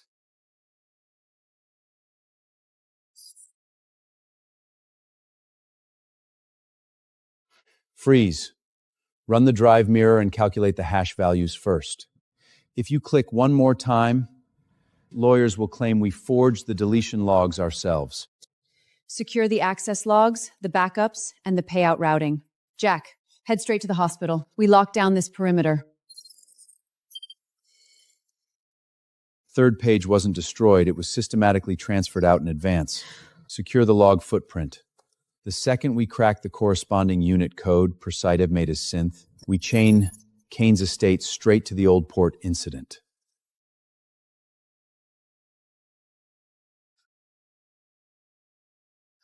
The tracking alert from the hospital just pinged. Lily's watch was unbuckled.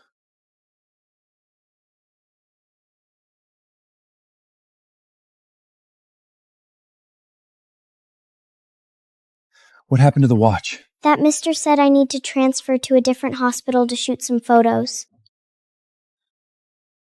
The Howard Foundation is perfectly willing to transfer her to a partner room. Media will document the entire life-saving pipeline. You should be thanking me. Her treatment team didn't clear it, and the primary caregiver didn't clear it either. I am her mother, and I signed the release.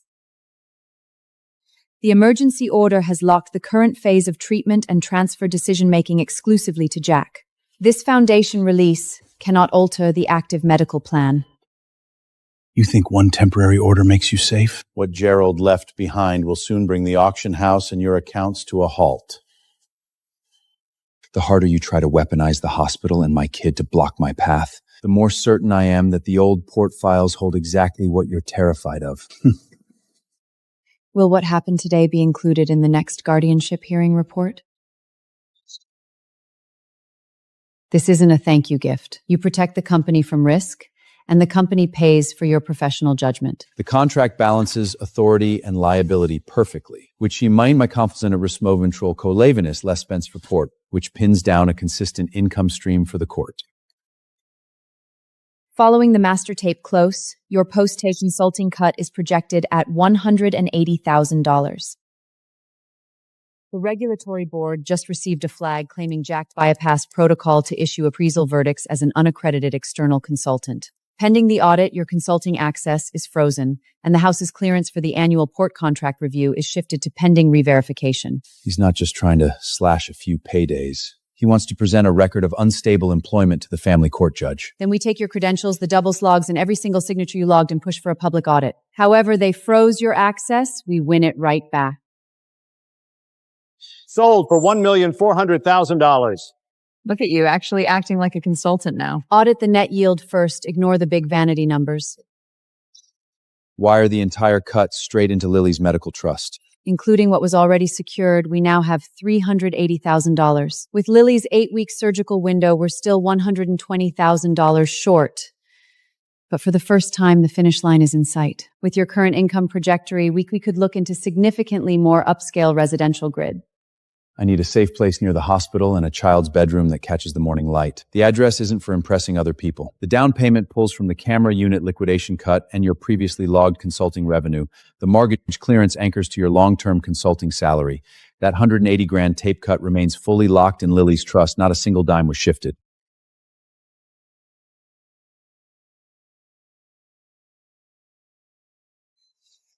Is this truly my very own bedroom? It always has been.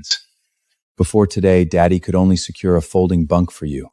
Now, I can finally hand you the door and the key together. Nobody is going to evict us, right? As long as Daddy clears the mortgage logs on the dot, nobody can just show up and swap the locks on this door. Your medicine, your bed, everything has its own permanent spot. For 2 straight years, Jack has been the sole provider of Lily's daily care and custody. Rachel didn't cough up a single dime, yet recently she's been systematically signing media waivers and transfer forms, actively compromising the child's therapy. Jack's revenue line anchors to high-risk blind auctions, and the property was just purchased.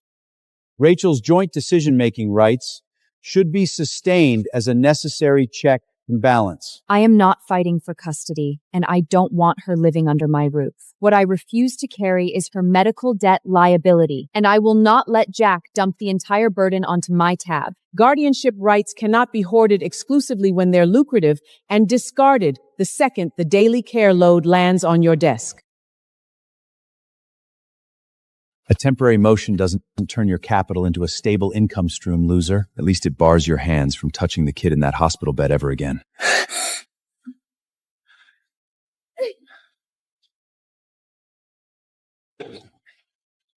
Keep tracking her oxygen levels. If the numbers don't bounce back within 2 minutes, call for an emergency ambulance instantly.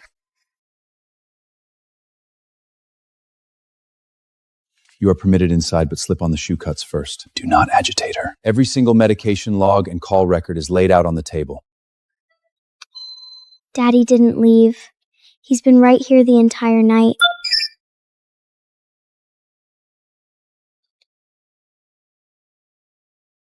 Congenital heart conditions trigger sudden episodes without warning. Jack's medication timing, logs, and emergency call execution were entirely precise. 0 delay. The property meets all standard criteria perfectly. The anonymous flag contains verified fraudulent data, and I will explicitly state that in the official record. Please preserve the exact call timeline and routing number. The source behind this flag isn't worried about Lily. They're trying to manufacture a record of negligence to weaponize against me. You don't need to shoulder every single crisis alone. I can run shifts, and Mom and Dad can pitch in too. You take Tuesdays and Thursdays. Mom and Dad handle the weekends. I'm done treating I can take the hit as a viable care plan.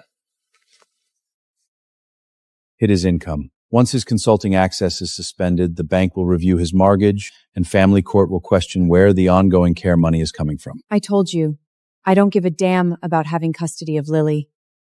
Once my asset share clears, the judge can award him sole rights for all I care. You can't sign a transfer form, but that doesn't mean you're useless. As long as the final custody order isn't finalized, your marriage is a viable anchor to pin him down in court.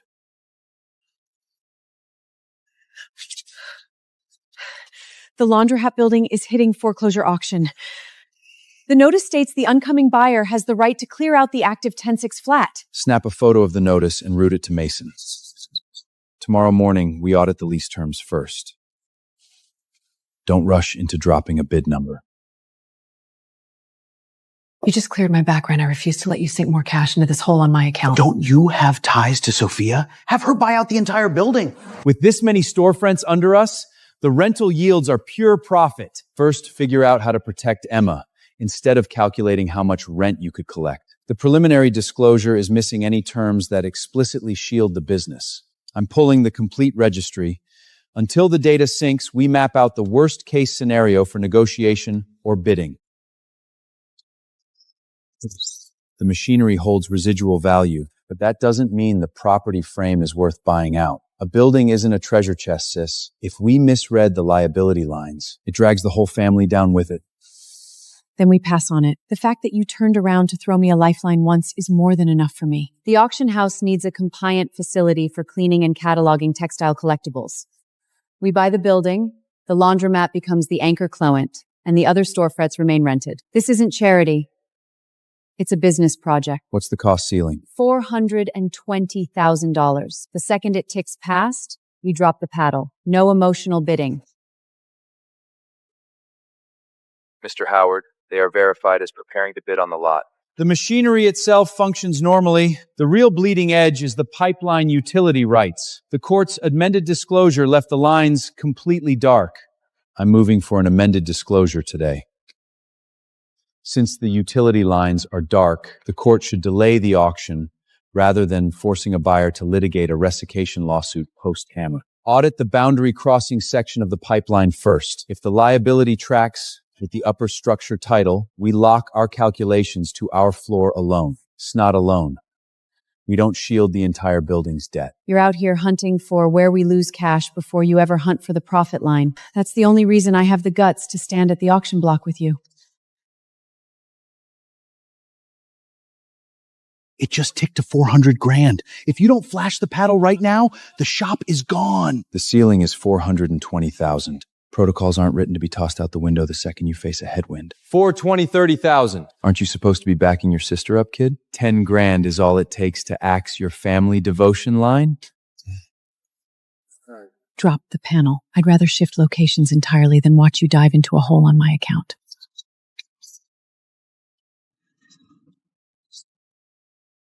To confirm, in addition to the $430,000 purchase price, the buyer assumes the $220,000 shared utility upgrade obligation. Verified. As long as the upper title sits in my hands, her floor won't see a single smooth day. The liabilities and restrictions have been fully disclosed. Sold for $430,000. You didn't burn cash just to beat his ego. Pride isn't about burning money for your enemy. It's about making sure you never have to beg a landlord again. Learn how to itemize the daily ledger properly first, then talk about whose cash you're managing. The public audit cleared. Your consultant access is fully restored, and the house is cleared to enter the annual port review matrix. We need top marks across all 3 compliance vectives to secure the 3-year master contract saldificity. Mr. Howard, the next grid is mapped to wipe them out flat in a single move. Didn't he pull treasures out of a salvage dumpster? Then let's hand him a vault full of gold he can look at, but can never move. The more premium the cargo, the faster a single misstep buries him deep. The value of the watches, gold bars, and diamond rings is substantial. We cannot rule out the possibility that Jack concealed these collections prior to the divorce and only recently liquidated them. The luxury watch was obtained through a public liquidation after the divorce. The gold bars and diamond rings were salvage goods written off as back wages, fully backed by paper transfers. Invoices, surveillance logs, transaction records, and tax filings, every single line tracks perfectly. Do you possess a single shred of evidence proving these items belong to the household during the marriage? No. I just have my suspicions. Suspicions are nowhere near enough to freeze a sick child's treatment funds. What you won today is just the judge's patience, loser. Crack a single bad debt in the next blind auction, and that patience runs out flat. Then keep your eyes glued to my tab. My bad debts hit the corporate ledger. Your ledger is tracking straight into an evidence bag sooner or later. The notice explicitly stated the foundation would cover the deficit. Now they're telling me to cough up $30,000 myself. Where the hell am I supposed to find that? The school said there's a foundation event tomorrow, and they want the parents to sign this tonight. Let's take it home. We'll go over it with Uncle Mason. Please give me a way to check the records publicly. The children's photos have already been used. Every parent deserves to know whether the money actually arrived.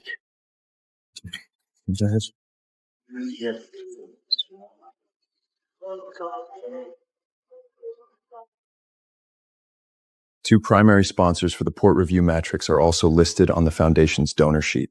If this empty pledge leaks, they'll pull their names first. Then audit the resources we routed to Victoria.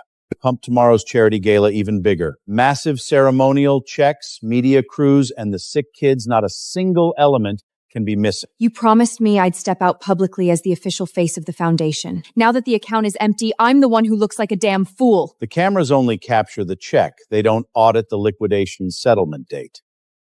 What about the baby in my belly? You promised him a written share of the Howard family trust. Your house, your doctors, and your future all come from me. Smiling on that stage tomorrow is the least you can do. The teacher wants me to state the foundation cleared the entire balance and that Mommy stayed by my side every single day. This isn't your schoolwork, sweetie. It's their commercial. You owe nobody a performance. The family court has already barred Rachel from signing any media waivers for Lily. If the school still executes that outdated waivers tomorrow, we secure full video logs. Mia audited the hospital's public ledgers against the foundation's annual reports. That $500,000 ceremonial check only exists in publicity photos. 0 wire logs exist. He's already weaponized sick kids' photos to buy applause. I'm not letting Lily validate his fraud just because I'm terrified of the next auction block. Will Daddy be there? I'll sit where you can see me. If you want to stop, just look at me. Foundation flagged you as a potential disruption risk. Your name was systematically scratched from the updated list. I am Lily's father, and I'm the primary emergency contact registered with this school. Forcing your way in right now just gives them the footage to cut a narrative about a hostile father. I won't force it. Mason, turn over my custody decree and Rachel's voided waive straight to the school's legal dead defection. Keep continuous video logging on the transfer. Please share with everyone exactly how Mommy and the Howard Foundation stayed by your side through your entire treatment. It wasn't like that at all. Just read the script, sweetie. Mommy walked away. Daddy and Aunt Emma were the only ones who stayed with me at the hospital the whole time. Stop talking nonsense. If you make your mother look bad, the school and the doctors won't like you very much. Take your hand off her. A man who suddenly struck cold on salvage auctions is out here questioning institutional charity? I'm not asking a single soul to take my word for it. Just audit this $500,000 check right now and see if the hospital has received a single dollar flat.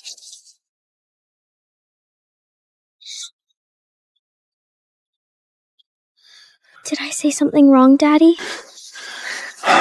You spoke the absolute truth about what you lived through, sweetie. You did perfectly. Charity funding disbarges systematically based on project milestones.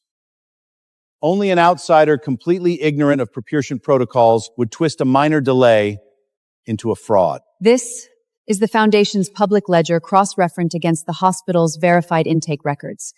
The pledge was signed 3 months ago. The current balance cleared stands at 0. You weaponized my child's photo for your campaign and you didn't pay a single dime? The foundation isn't an ATM. Every project has to be reviewed. You take 3 months to review a child's case, but you can shoot a promotional video in 1 day. You're not saving them. You're using their illness to buy applause. The source of his rapid capital inch remains under active investigation. A warehouse grunt suddenly coughing up hundreds of thousands. Doesn't that smell dirty to anyone else? His financial track record was reviewed, and your firm's objections were systematically thrown out by a judge just this morning. Mr. Howard, the floor is yours to produce the actual wire confirmation logs. The money goes directly to the hospital. The child doesn't owe me a single word of thanks. The corporate ambassadorship, the family trust allocations, and the estate properties you guaranteed me?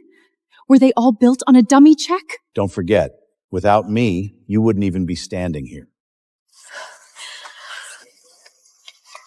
My daddy has never forced me to read a thank you script. He only ever asks me if I'm hurting today. Okay. Put a circle line between these.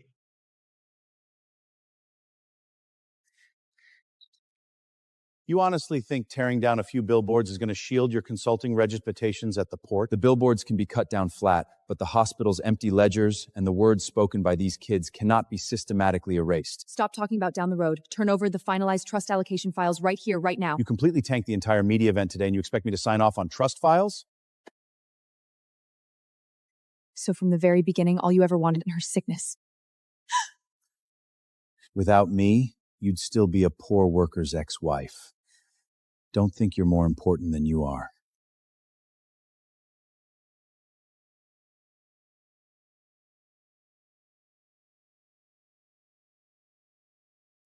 Does this mean I never have to call her mommy ever again? Whatever name you want to use is entirely your call, sweetie. Nobody can force you to perform a fake family narrative. I am perfectly capable of beating Sophia clean, but I'm not breaking federal law on your account. 0 law breaking required. Just ensure every single appraisal Jack makes turns into a high-dollar liability trap. His outfit barely managed to scrape together a few forklifts and standard liability packets. The bare disposal fees will crush his logistics flat. I want exclusive 3-year partnership rights to the old port warehouse sector. The second your name hits the final candidate pool, the 3-year sum track for the Howard Logistics Grid is yours. As for the review committee, I'll ensure the evaluation tracks incredibly smoothly. We can pay the deposit, but where are we going to find the crew? The exact crew I hauled freight with before today. Some were scammed out of back wages. Others had their careers systematically crushed by corporate incident reports. I'm handing them legitimate contracts and full corporate liability coverage. I have an hourly rate job backed by comprehensive insurance coverage. Are you ready to charge back into a warehouse grid with me one more time? All right.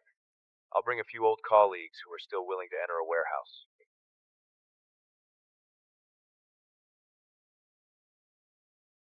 "12 years ago, the corporation mandated we swore you violated safety protocols. We were all terrified of losing our livelihoods, so not a single soul spoke up for you. Now you're turning around to offer us a contract?" The ledger from 12 years ago isn't going to vanish because you sign a paper today. But this freight job is something you know how to execute. And I clear payouts strictly by the book. Whether you sign is entirely your own call.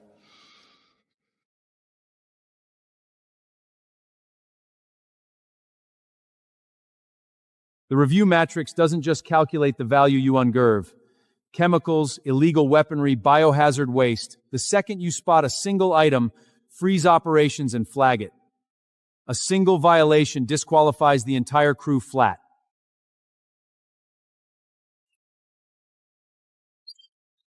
This specific rig cannot enter operations. This rig stays dead. The inspection certificate was issued this morning. Do you understand the machine or only the paperwork? I may not understand your certificate, but I can see fluid leaking from the line. Remove the protective panel now.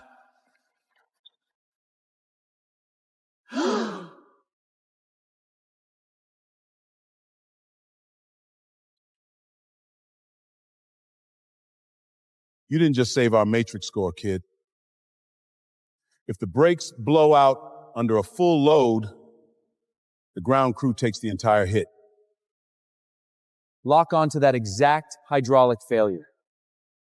Whoever spots a risk possesses the absolute right to pull the emergency brake. Halting operations incurs 0 payroll cuts. Jack, Sophia, I'm not reporting that line. The emergency procedure was compliant, but the policy limits each person to 10 consecutive hours of work. Beyond that, the work is no longer covered at the standard rate. Split the crew into 2 shifts. Patch in the night crew immediately. Nobody is going to shave premium costs at the expense of absolute worker fatigue.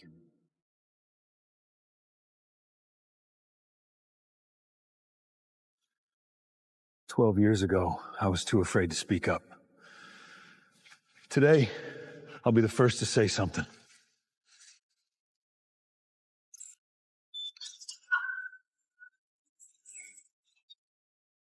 The contract was signed last night.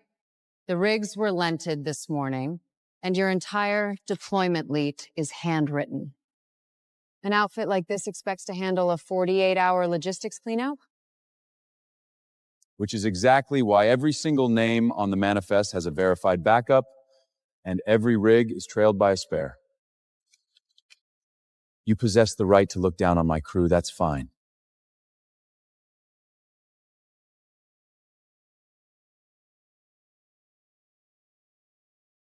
Just don't miscalculate their capacity.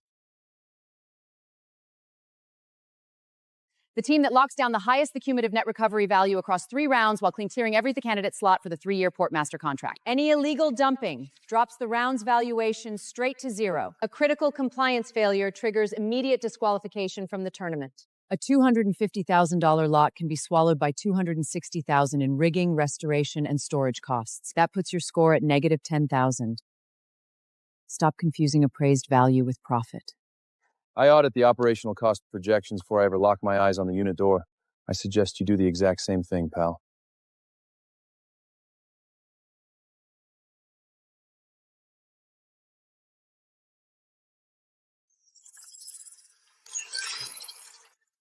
The frame and the original block match perfectly. The true calculation we need to execute covers the heavy rigging, logistics transit, and actual restoration lines.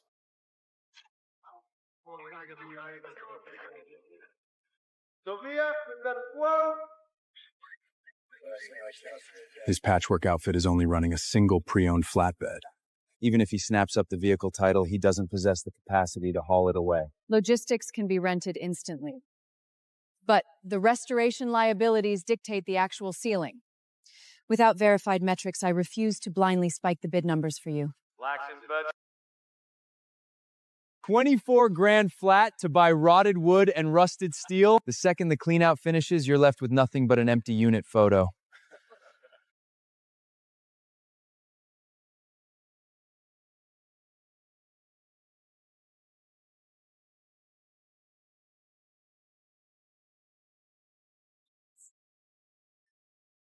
The engine block and chassis codes line up perfectly.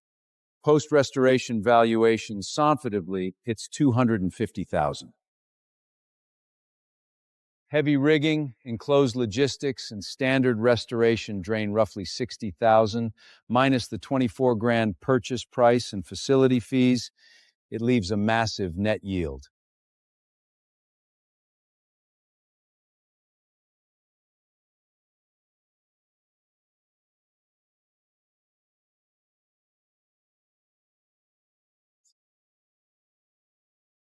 She locked down the end buyer before the door ever cracked up. You beat her on the merchandise, but she only lost by a $3,000 margin on logistics costs. She knows how to parse her own numbers. The second Grant tries to execute calculations on her account, that ship sinks. You beat her on the merchandise, but she only lost by a $3,000 margin on logistics costs. She knows how to parse her own numbers. The second Grant tries to execute calculations on her account, that ship sinks. Next round, I'll be watching what vehicles you bring in which workers you assign, and what kinds of goods you budget for. I'm going to be needs for to Sarah the budget. Logistics and crews can be systematically adjusted. The components you can never skim on are safety, compliance, and absolute accountability.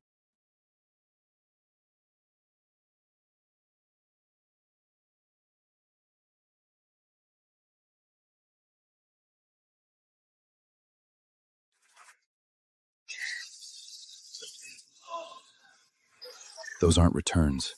It's an entire unit of counterfeit goods. That will cost $20,000 to destroy. The manifest is locked in. It's all insurance liquidations. That's the only reason the external crates were weathered intentionally.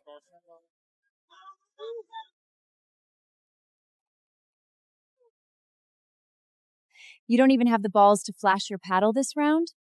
Harrison handed you the paper, but you were the one who flashed the paddle. The second the hammer falls, your name is the only one printed on the tab.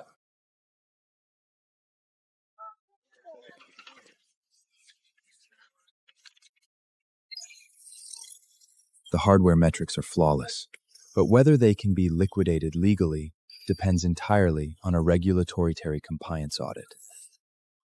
$12,000. Authentic hardware doesn't substitute for verified chain of custody, sir. If your outfit breaks the seals or initiates pre-sale marketing campaigns prior to the legal audit, the unit's valuation drops straight to zero. Seal the unit right where it sits. The cargo value is my calculation. Whether we can legally liquidate it waits until your division and the courts finish the audit. The internal moffle explicitly flagged that unit as hazardous medical waste. Those crates are going to sit on their ledger as a dead loss. 120 grand for replica bags versus 210,000 for verified medical assets. Every single line on this sheet you handed me was designed to bleed my operation dry. Next unit, produce hard source documentation. The Victoria outfit logs a round score of negative $140,000. 120 grand closed price, plus an additional 20 grand in validation and destruction tabs. We'd better pray to God that unit actually holds nothing but garbage inside.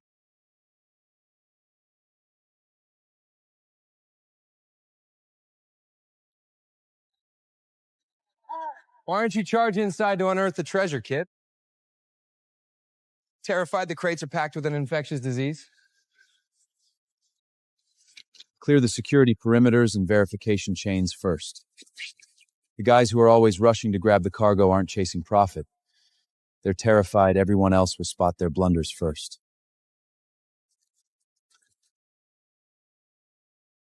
The serial codes trace perfectly, and the factory warranty has exactly 1 year remaining. The second they clear diagnostic verification, they're fully authorized for secondary liquidation.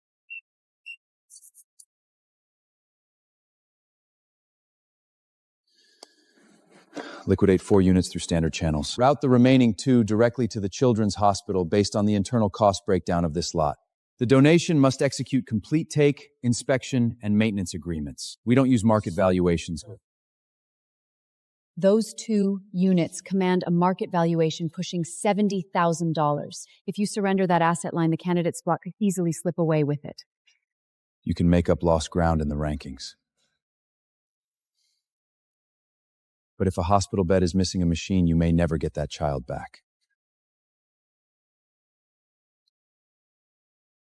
You donated premium hardware lines without scrambling the logistic ledgers? Fine, I take the hit on this round.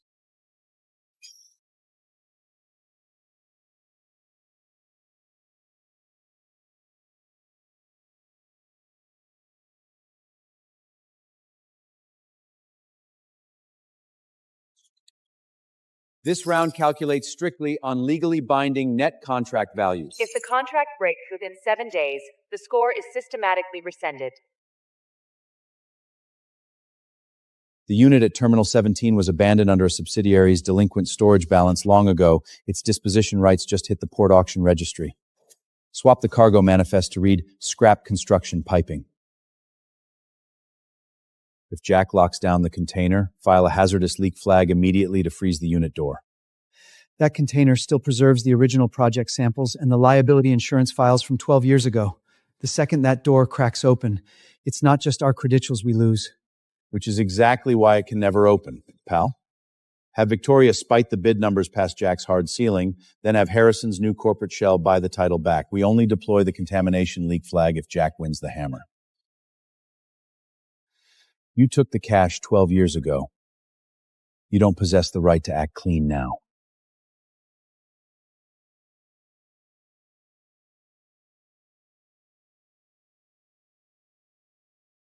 The counterfeit bag unit wasn't your bait.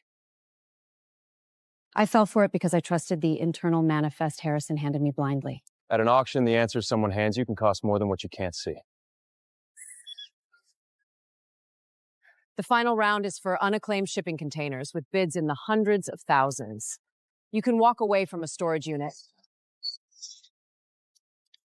But once you buy a container, there is no way back. If you keep letting one sick child make your business decisions, you will lose. Sell what should be sold and donate what should be donated. Winning doesn't mean turning everything into your own money. 12 unclaimed shipping cabinets. You may inspect only the seals, exterior, and abbreviated manifers. Customs verification and removal must be completed within 3 days. If a container is lawfully withdrawn because of undisclosed title defects or criminal evidence status, the transaction is void and the payment is returned through the original channel. The score returns to where it stood before the container was drawn. The champion earns statusicity for the old port liquidation. Ocean freight weight containers are packed with smuggling risks, hazardous materials, and title complications. Opening a high-value cargo doesn't guarantee you can legally cash out. That's why Mason, the customs broker, and the hazmat team all need to be part of the crew. My ability can show me what's inside, not who owns it.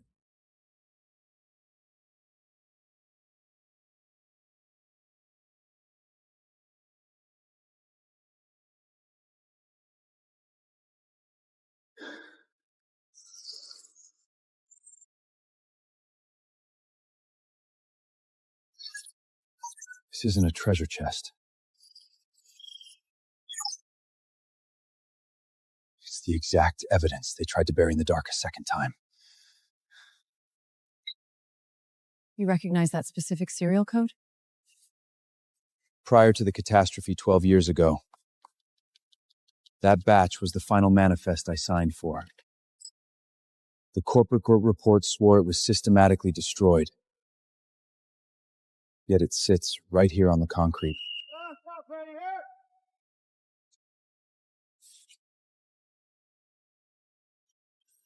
The final round isn't just a tournament. Grant wants to take the evidence that didn't burn clean 12 years ago and bury it flat one last time.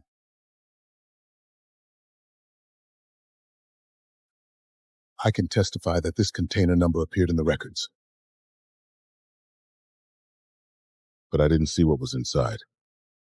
Only speak to what you saw with your own eyes.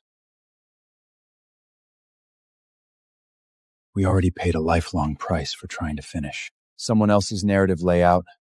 We don't repeat that blunder.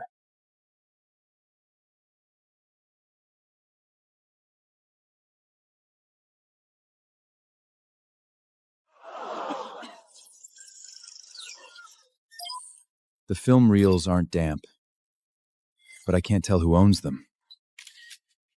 Starting bid, $30,000. $20,000.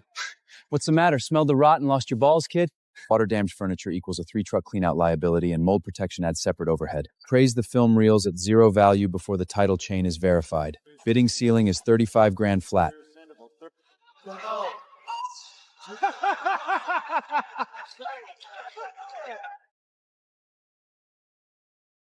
The liquidation records show that when the studio dissolved, it transferred the necklaves and copyrights to the State Cultural Foundation. You cannot sell them privately, but the foundation has posted a reward for locating these masters. Once they are transferred through customs, you can receive $120,000 in preservation compensation. 120 grand isn't an auction payout, kid. Detract the clean-out costs, and what the hell is left on your tab? Destructing all overhead, it leaves a clean net profit of 68 grand. As for your 90 grand pile of scrap tires, do you want me to coordinate a flatbed to pick them up for you? Being something valuable doesn't mean you can put it in your pocket. First ask who owns it, then ask what it's worth. I checked this container. You'd better stay out of the bidding.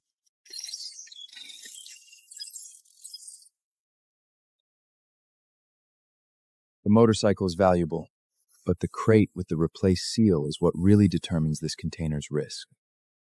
Factor the crate in at a worst-case scenario deficit. Ceiling is $110,000 flat.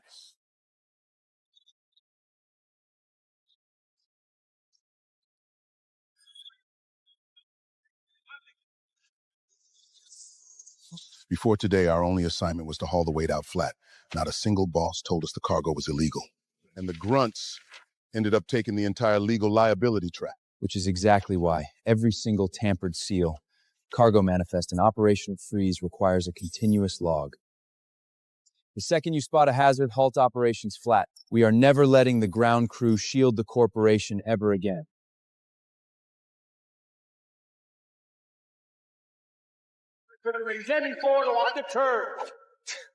Aren't you supposed to be the blind auction king? If you've got real leverage, keep flashing the paddle. The bike itself holds 200 grand in value, but the tampered seal on the side crater screams a massive liability trap. Pushing past 110,000 is nowhere near worth the risk vector. 105,000. Sack.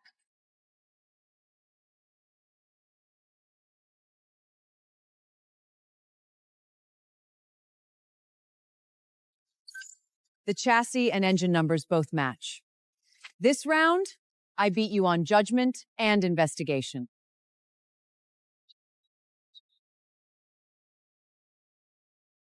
The motorcycle will also be held temporarily. You must prove that you had no knowledge of the illegal cargo and cover the storage and legal costs.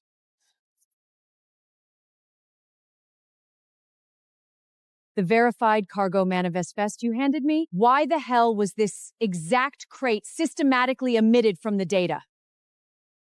Unclaimed containers get misloaded all the time. It's normal. The next second you treat my operation like a shield to absorb Grant's liabilities?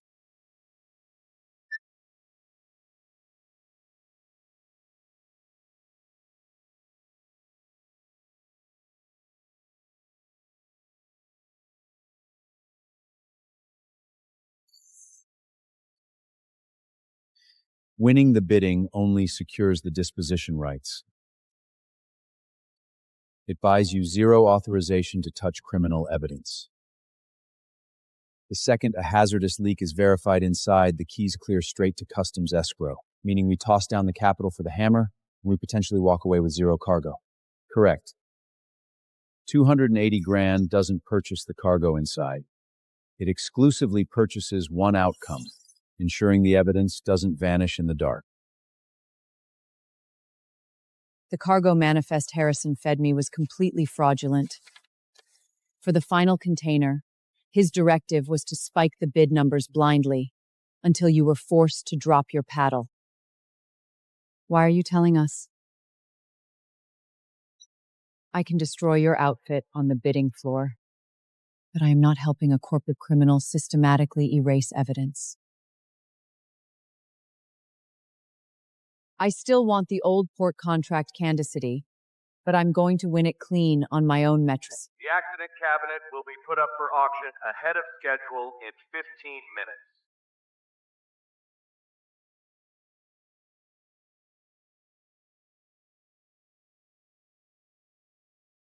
I'm winning this matrix on my own terms.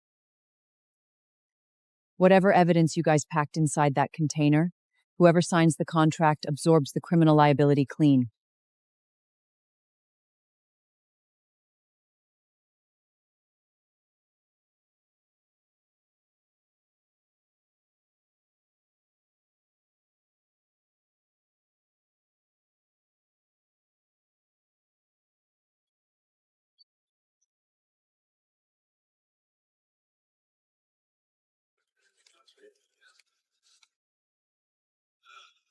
Does the bidder verify full awareness of the hazardous material disposal covenants? Verified. $200,000. He's not buying the cargo he's paying to keep people quiet. Our risk ceiling is $280,000. The second it pushes past the ceiling, we drop the paddle. Driving ourselves to bankruptcy won't push the files into a courtroom. If the transaction tanks, 220,000, 240,000, 280,000. 310,000.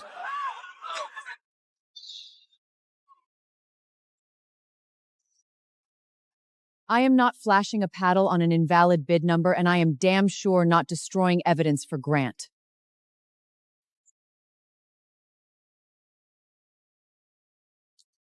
The director of Harrison's shell company is the same person as the original cargo owner. This is an undisclosed related party bid.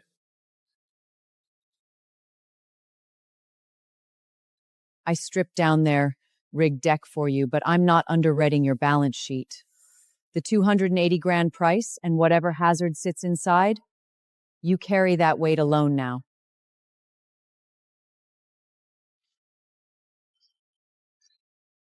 $280,000, voluntary reconfirmation, verified. A contamination report has been filed. Opening is suspended. No one may approach the container. Congratulations, kid. $280,000 to buy a steel door you can never crack open.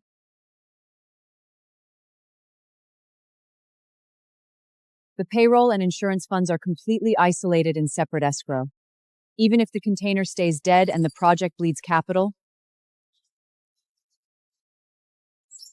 not a single Grant loses a dime. The firm absorbs the risk. We don't bleed our workers to fill the deficit. This entire line of capital could turn into a dead loss. The risk ceiling was structured by both of us. A partnership doesn't mean you're an expert when we score profit, and you're entirely on your own the second a loss hits the tab.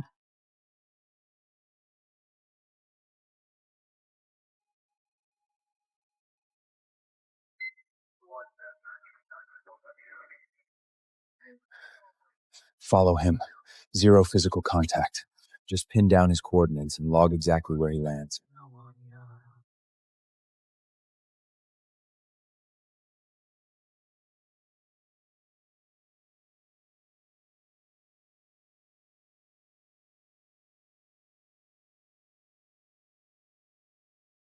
Jack lacks any accredited hazardized material credentials.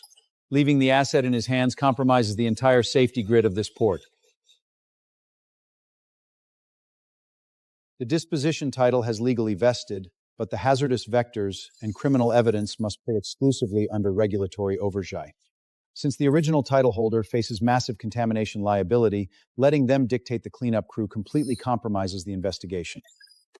I'm not touching the door, and I'm not hauling the container off the lot. Let your division execute the opening, the video logging, and the itemized code sampling. I exclusively retain the legal right to be on site as the purchasing witness. If it's only a container of scrap pipes, you'll be responsible for hundreds of thousands in disposal costs. That tab will be cleared per the auction rules I played by. Grant doesn't need to sweat on my account. I only recorded video and didn't go near them. They said the seal had to be cleanly replaced before tomorrow morning's inspection.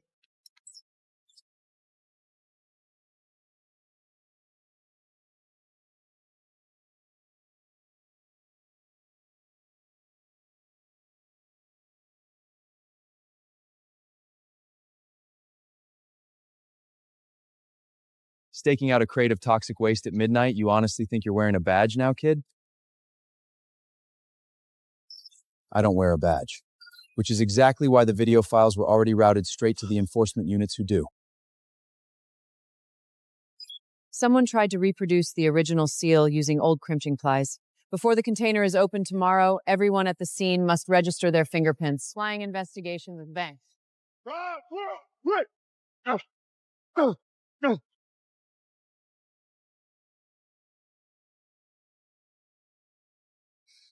I never wanted anyone to get killed! 12 years ago, they swore it was just shifting a batch of pipelines, that nobody would take a hit! Then you name exactly who they are. You can be afraid. You can ask for leniency. But tell us whose money you took, which container you switched, and whom you protected with your silence. Do not leave out a single name.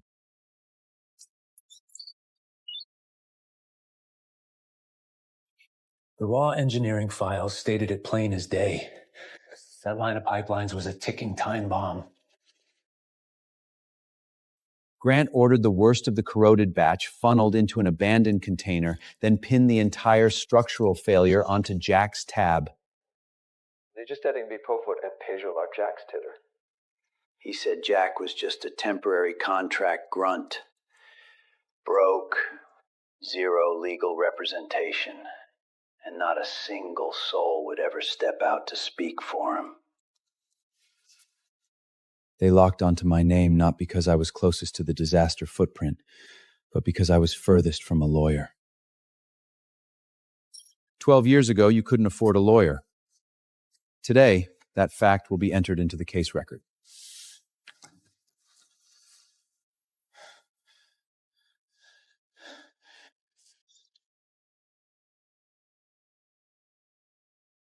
If there really is hazardous waste inside, then Jack put the entire port at risk just to hunt for treasure. He still hasn't raised the full $500,000 for his daughter's surgery, yet he gambled $280,000 on a container of rusty metal. Customs will open the container, and the environmental authorities will take the samples. I bought it so the original owner couldn't move it again.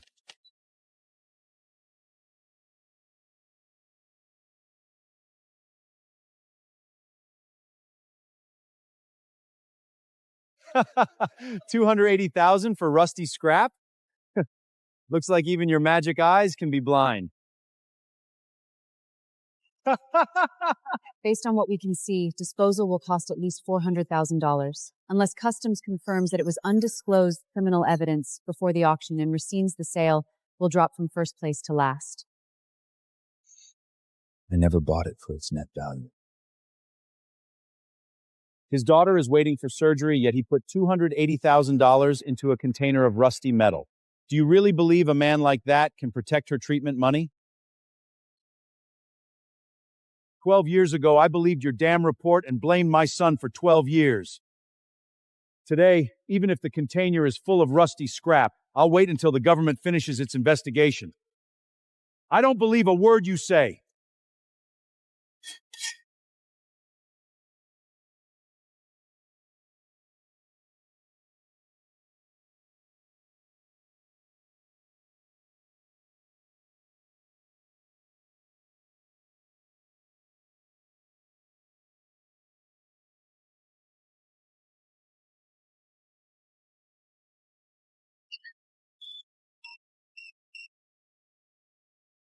The sample seals are dated 12 years ago, and their numbers match the original assessment from the old port accident. The origin of these items is unknown. Anyone could have placed them in the hidden compartment beforehand. The intake seal, movement records, and exterior scans form a continuous chain. There is no record of the container ever being officially opened. The only attempted seal replacement happened last night, and the people in the video are from your side. Okay. What does one ledger prove? Business transactions are not the same as a crime. Then why did Harrison bid up to $310,000 for your affiliated company just to buy back a container of scrap pipes? He told my team to bid up the price for the original owner and concealed protected animal products. My team is willing to cooperate.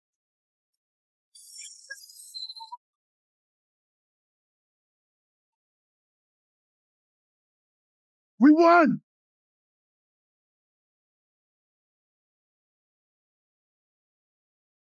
We won the competition, but we haven't won the fight over what happened 12 years ago.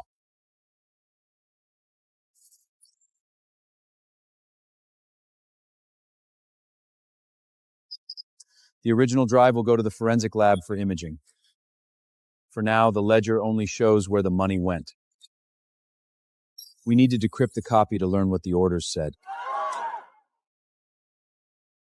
Don't go spinning random codes on the encryption block.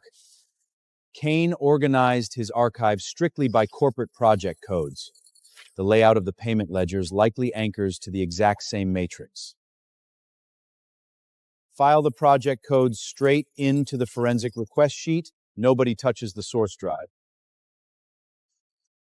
You map the vector, but the data validation happens exclusively on the drive mirror inside the lab.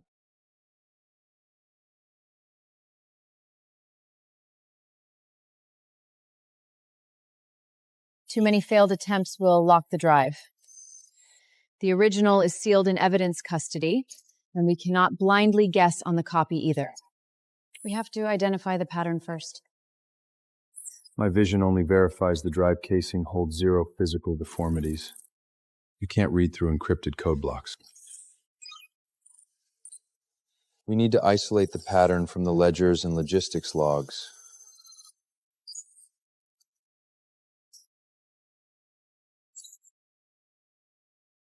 Those aren't dates, they are the charity gala allocation codes. Every single dirty wire log was anchored straight to a fake humanitarian campaign.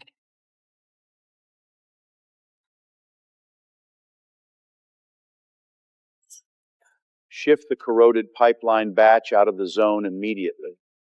Frame the safety liability onto the shift loader on duty. Clear it out with a minor compensation payout and close the file. Make a copy, verify the hash, then listen. You've waited 12 years. Don't give them a chance to challenge the evidence.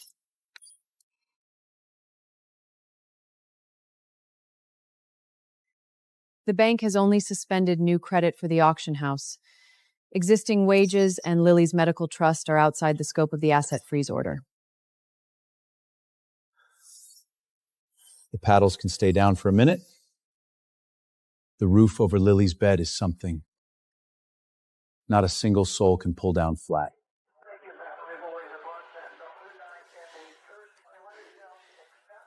Is that really your voice on the recording?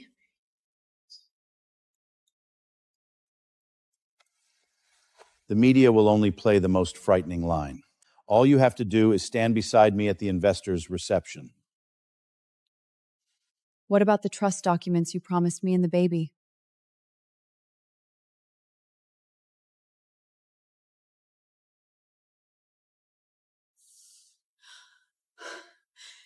These aren't my signatures.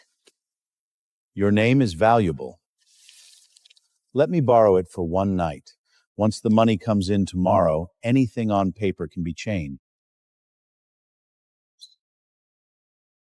You're not going anywhere until the reception is over. The baby in your belly needs a father without a scandal.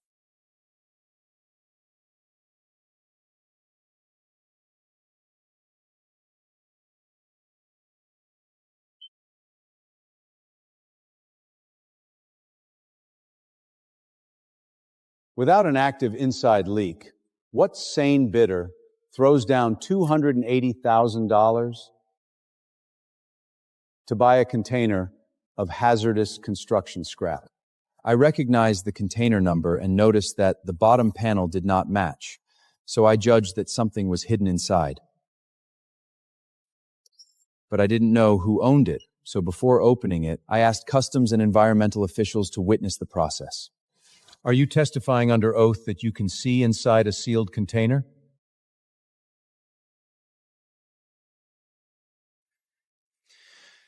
I've been hauling freight and liquidating salvage for years. I calculate weights, corrosion vectors, Revit anomalies, and structural volume. But an appraisal can miss the mark flat. What forces the evidence to stand up in court isn't my eyes. It's the verified transaction trail, the custom seals, and the continuous video logging. The bidding ceilings were hard code in writing prior to the tournament, and Victoria extracted 0 financial yield from the final hammer. 0 shadow come English exists.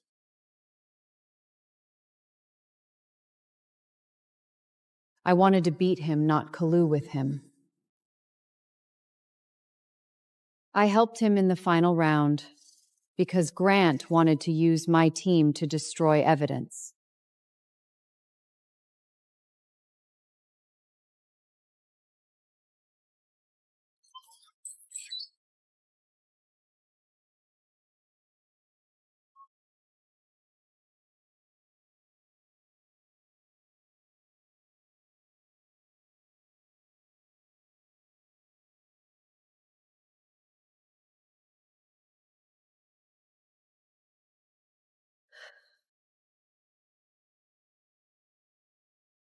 He tried to commix 3 separate ledgers into a single dirty account.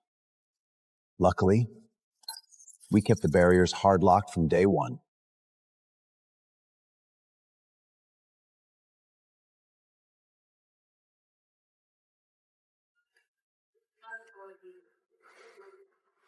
The drive has already been decrypted. Continuing the financing will add another criminal charge. We push the funding round, or the entire firm triggers bankruptcy tomorrow morning. You honestly assume the fraudulent manifests you sign clue from the indictment sheet?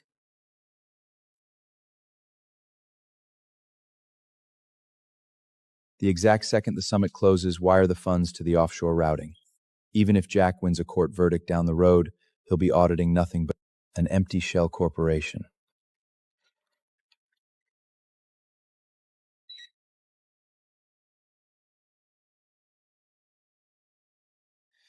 We're strapped to the exact same sinking ship now. Whoever jumps the railing first, I ensure they hit the bottom of the ocean. Before the ship ever goes down.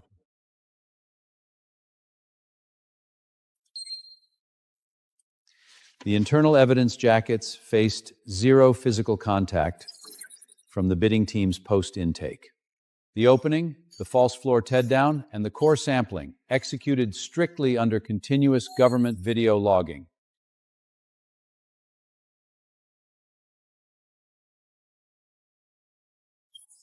The price-fixing allegations are declared completely unfounded.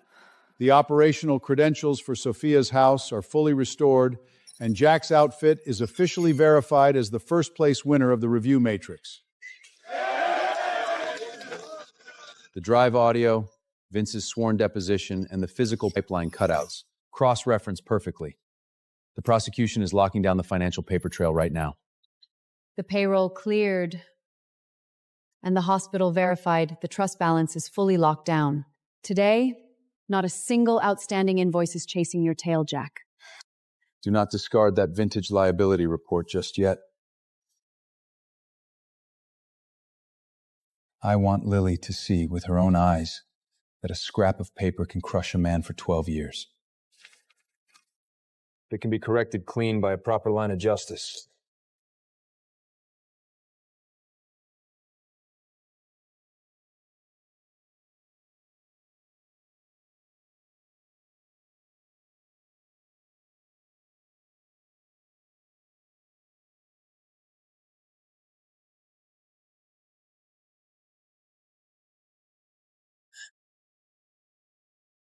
What the hell are you hunting for in there?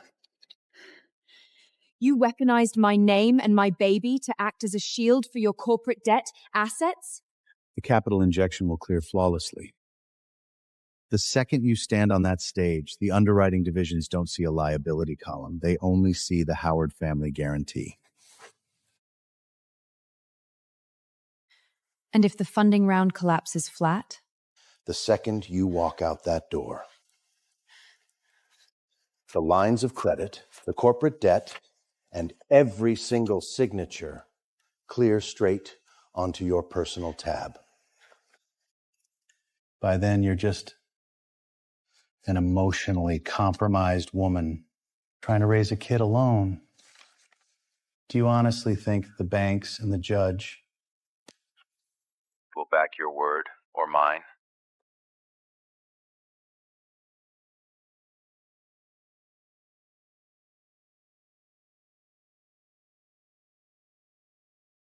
The address line is locked on my interface. But I'm not moving a single inch to that house. The crew that needs to knock on that door wears badges. It's zero business for my fists.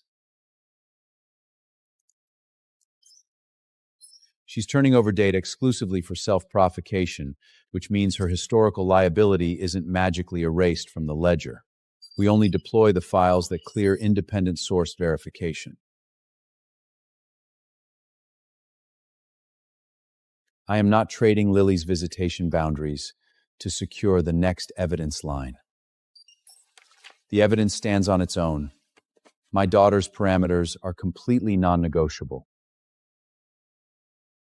The second the summit closes, the funds route offshore. If you have the balls to walk away right now, every single line of credit and the kids' expenses land square on your tab.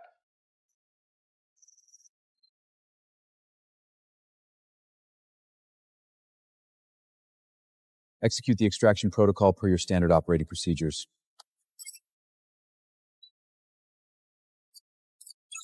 Lily stays completely outside the frame. Keep the residential coordinates in the hospital ward completely scrubbed from any documentation she has access to.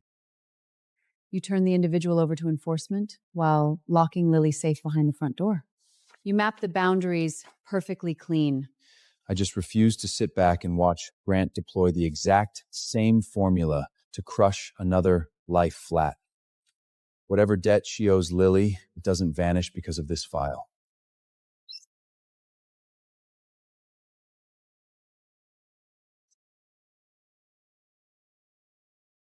The moment you walk out, you lose the house, the doctors, and the trust for your child. I walked out on Jack because I was terrified of being flat broke. I am not serving a prison sentence on your account, and I damn sure won't let you dump your corporate liabilities onto the baby in my belly.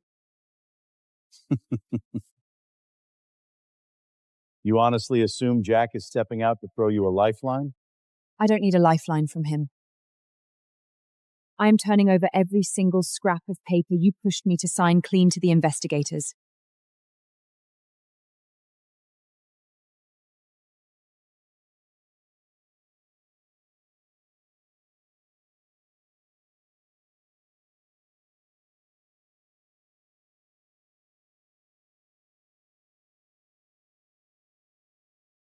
The Investor Summit proceeds exactly as scheduled. Invite every single venture capitalist and media outlet in the grid. After tomorrow night, my name won't be pinned to this city ever again.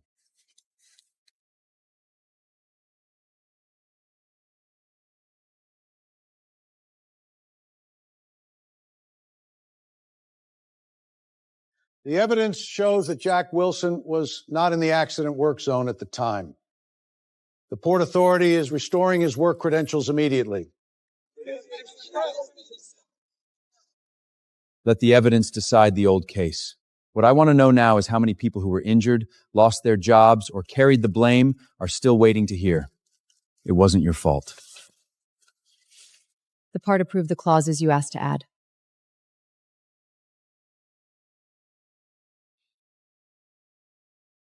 Now that's a contract worth winning.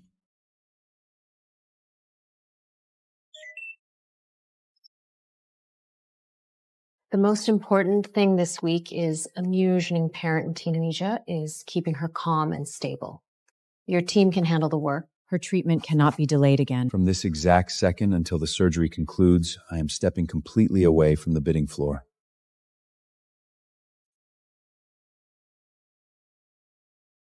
If you don't go crack open the storage boxes, Daddy, is someone else going to snatch first place away?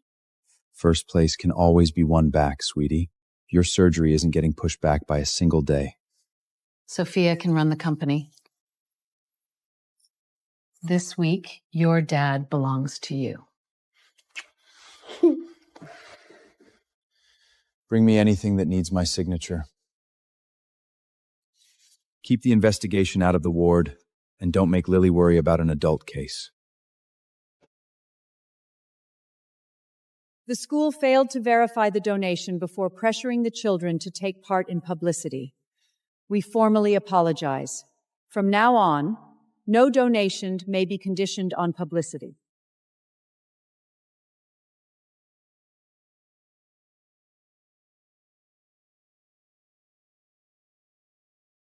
Is the foundation going to be branded under your name? No.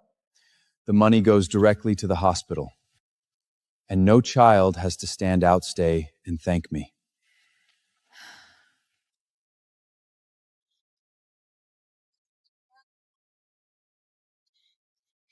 My daddy used to clock out incredibly late, and his clothes were always caked in dust. But he turned around to come back to the hospital every single day, and he never left me waiting alone in the dark.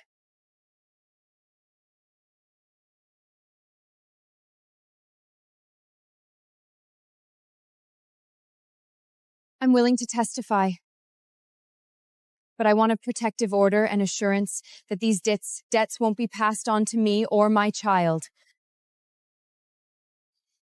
Lily stays out of this. And she won't meet you here. Tell the investigators everything you know. I understand. Today I'm taking responsibility only for the papers I signed. A protective order is not immunity. What you signed, what you knew, and whose public events you appeared at, you have to tell the whole truth. The money can come from you, but you don't get to choose who receives the aid.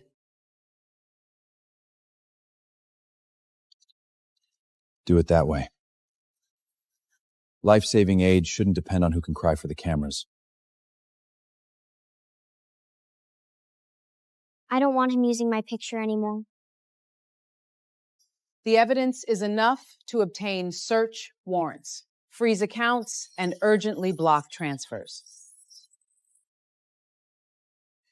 To prove this investment fraud, we still need him knowing about the contamination and forged permits to continue guaranteeing the project in his own words and begin collecting the money. The final financing round needs a guarantee from the family trust in my name. He'll make me confirm Starsky that the project is safe. Are you willing to attend wearing a wire?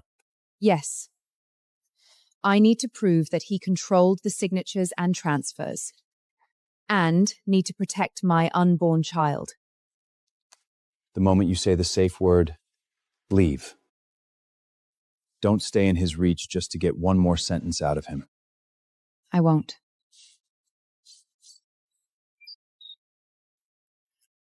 If things get out of control, say, "I'm feeling a little unwell," and leave immediately. Grant invited you personally. He plans to accuse you in public of building your success on stolen business documents. I'll stand in front of the cameras, but I'll follow the investigators on when to speak and when to stop. Is that bad man going to hit you with a car again? I'll have a lawyer with me, and the police will be there. I'll only carry documents. I won't hit anyone.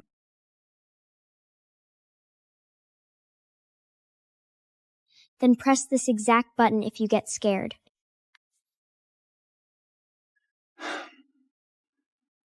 Okay. Daddy is learning to ask for help too.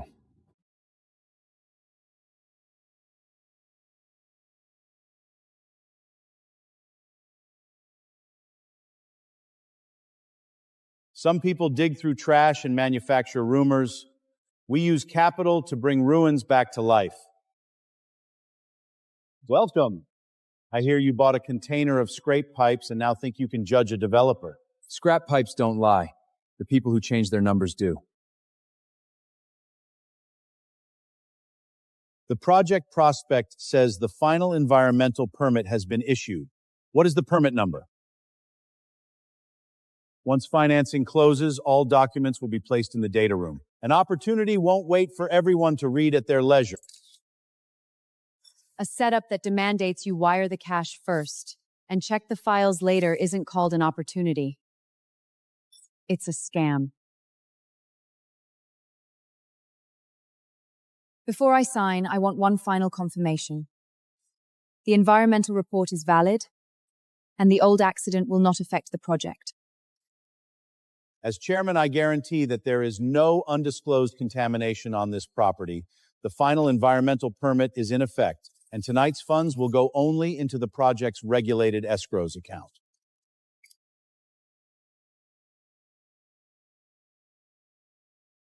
Then why did you tell me to transfer the financing to an offshore account tomorrow morning? If you betray me, your debts, your house, and the child in your belly will all lose my protection. I'm feeling a little unwell.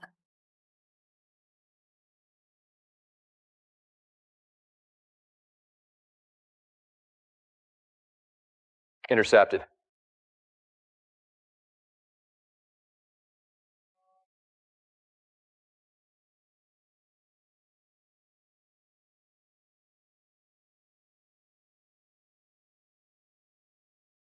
Move the corroded pipes first.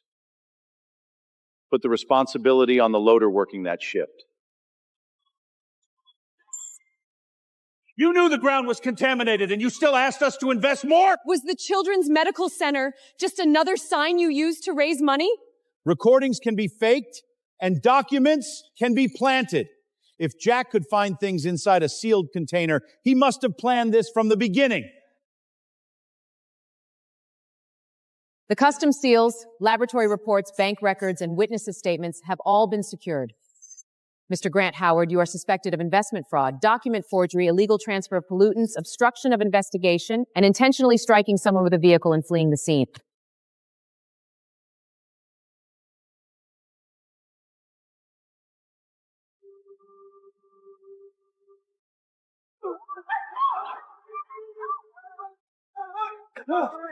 We ordered all of it! The fake manifests, bid rigging, and the camera blackout. They were the jackets and me and Shalon. I have the messages!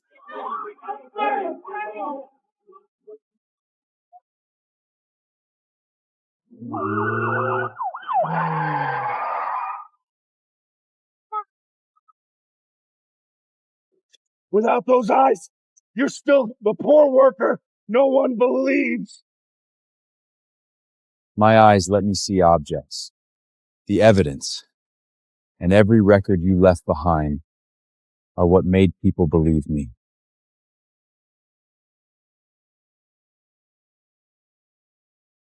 Daddy, did you find the police? I did. Daddy's coming home now.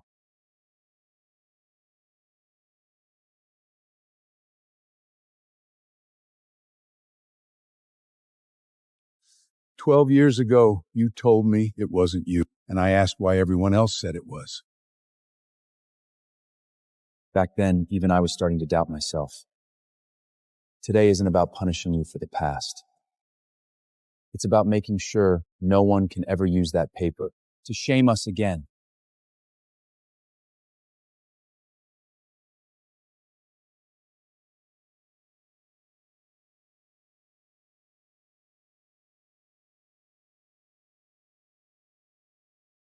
The succession addendum has been unauthenticated. The court has issued a long-term injunction, and the developer must continue honoring the residents' right to remain clause. We don't have to pack up and move? No. This time we're not buying a few more days. We're staying for good. I won't contest Lily's medical or residential rights anymore. I'll cooperate with the prosecution in Grant's case. I only ask that my case not harm my unborn child. Your unborn child doesn't have to pay an adult's debts. Neither does Lily. Her boundaries will follow the court's order.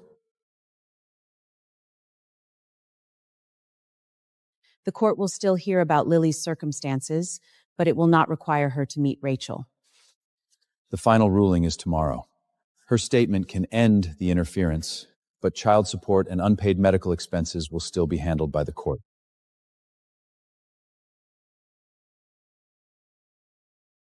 Do you object to Jack receiving sole authority over Lily's residence, education, and medical decisions? No objections. You are giving up the dispute, not your legal duty to support the child. The unpaid amounts will be calculated separately.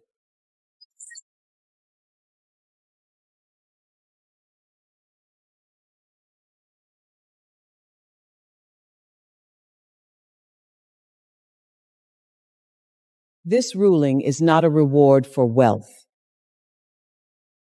It recognizes who has consistently cared for the child and who took responsibility when risks arose.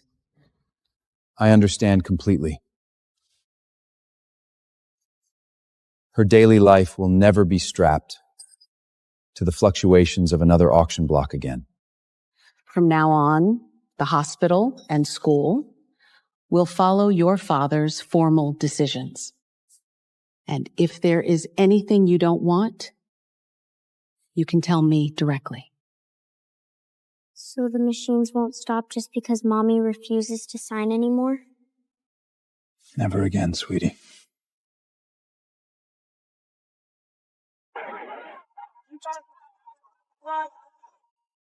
She has always lived with me. No one won her.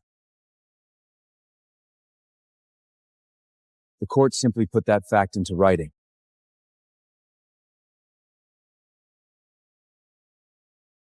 Don't be scared this time, Daddy.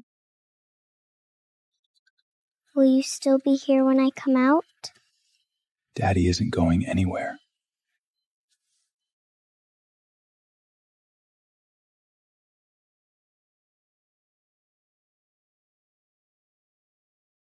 Back then, we sat here, trying to scrape together the money.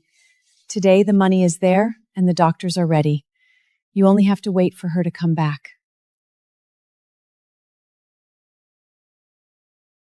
You can't see through this door. But you don't have to wait here alone. I'm still terrified. Then sit with the fear. We'll wait together. The surgery went well. We'll monitor her recovery now. She was very brave.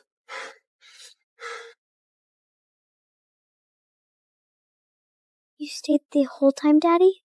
Your daddy promised you I wouldn't move an inch.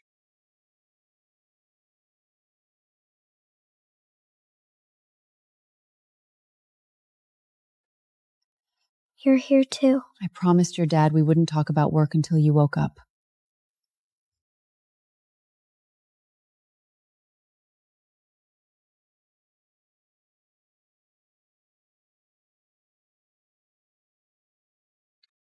Fixed wages, completion bonuses, and the right to refuse hazardous work are all written into the contract. If anyone orders you into a unit without protection, come straight to me. The past was all a misunderstanding. Now that you have the port contract, can you send a few clean-out jobs to an old friend? You can submit a bid. Don't leave the wages, insurance, or back pay sections blank. Knowing me earns you no points, and our history won't cost you any either.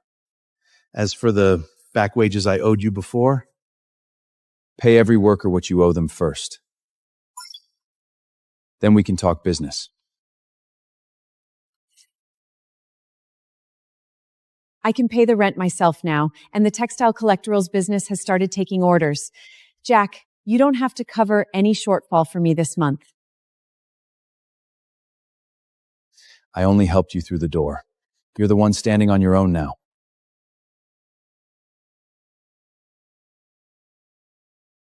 Next container, I'll still beat all of you. My consulting contract is up. Want to change the nature of our relationship? Strictly business? Let's build the company first. We can take our time with the rest.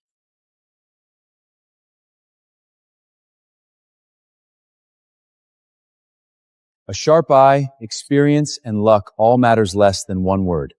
Stop. If anyone spots a problem, even a temporary waiter, they have the authority to halt the operation for an inspection. Look at you, Daddy, actually teaching other people how to say no now. You were the one who taught Daddy first.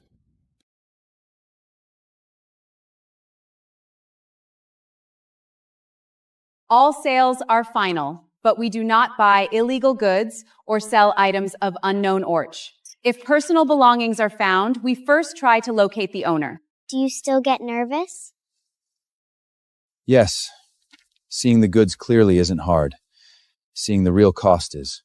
Then why do you still open them? It isn't blind gambling. First check where it came from, then calculate the risk. Only after that does luck get a turn.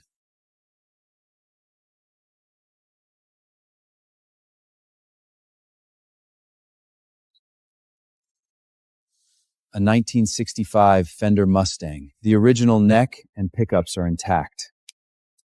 Restored, it should be worth about $20,000. This charity lot only cost $3,000. It's not $1 million treasure, but after restoration and sale, it will cover today's costs and wages. Pay the workers first according to their contracts. After restoration and site costs, put everything left into the heart surgery fund. That's enough. Grant Howard is facing multiple charges, including investment fraud, illegal transfer of hazardous waste, and causing serious injury with a vehicle. The law will deal with the bad people. Our lives can't revolve around him forever.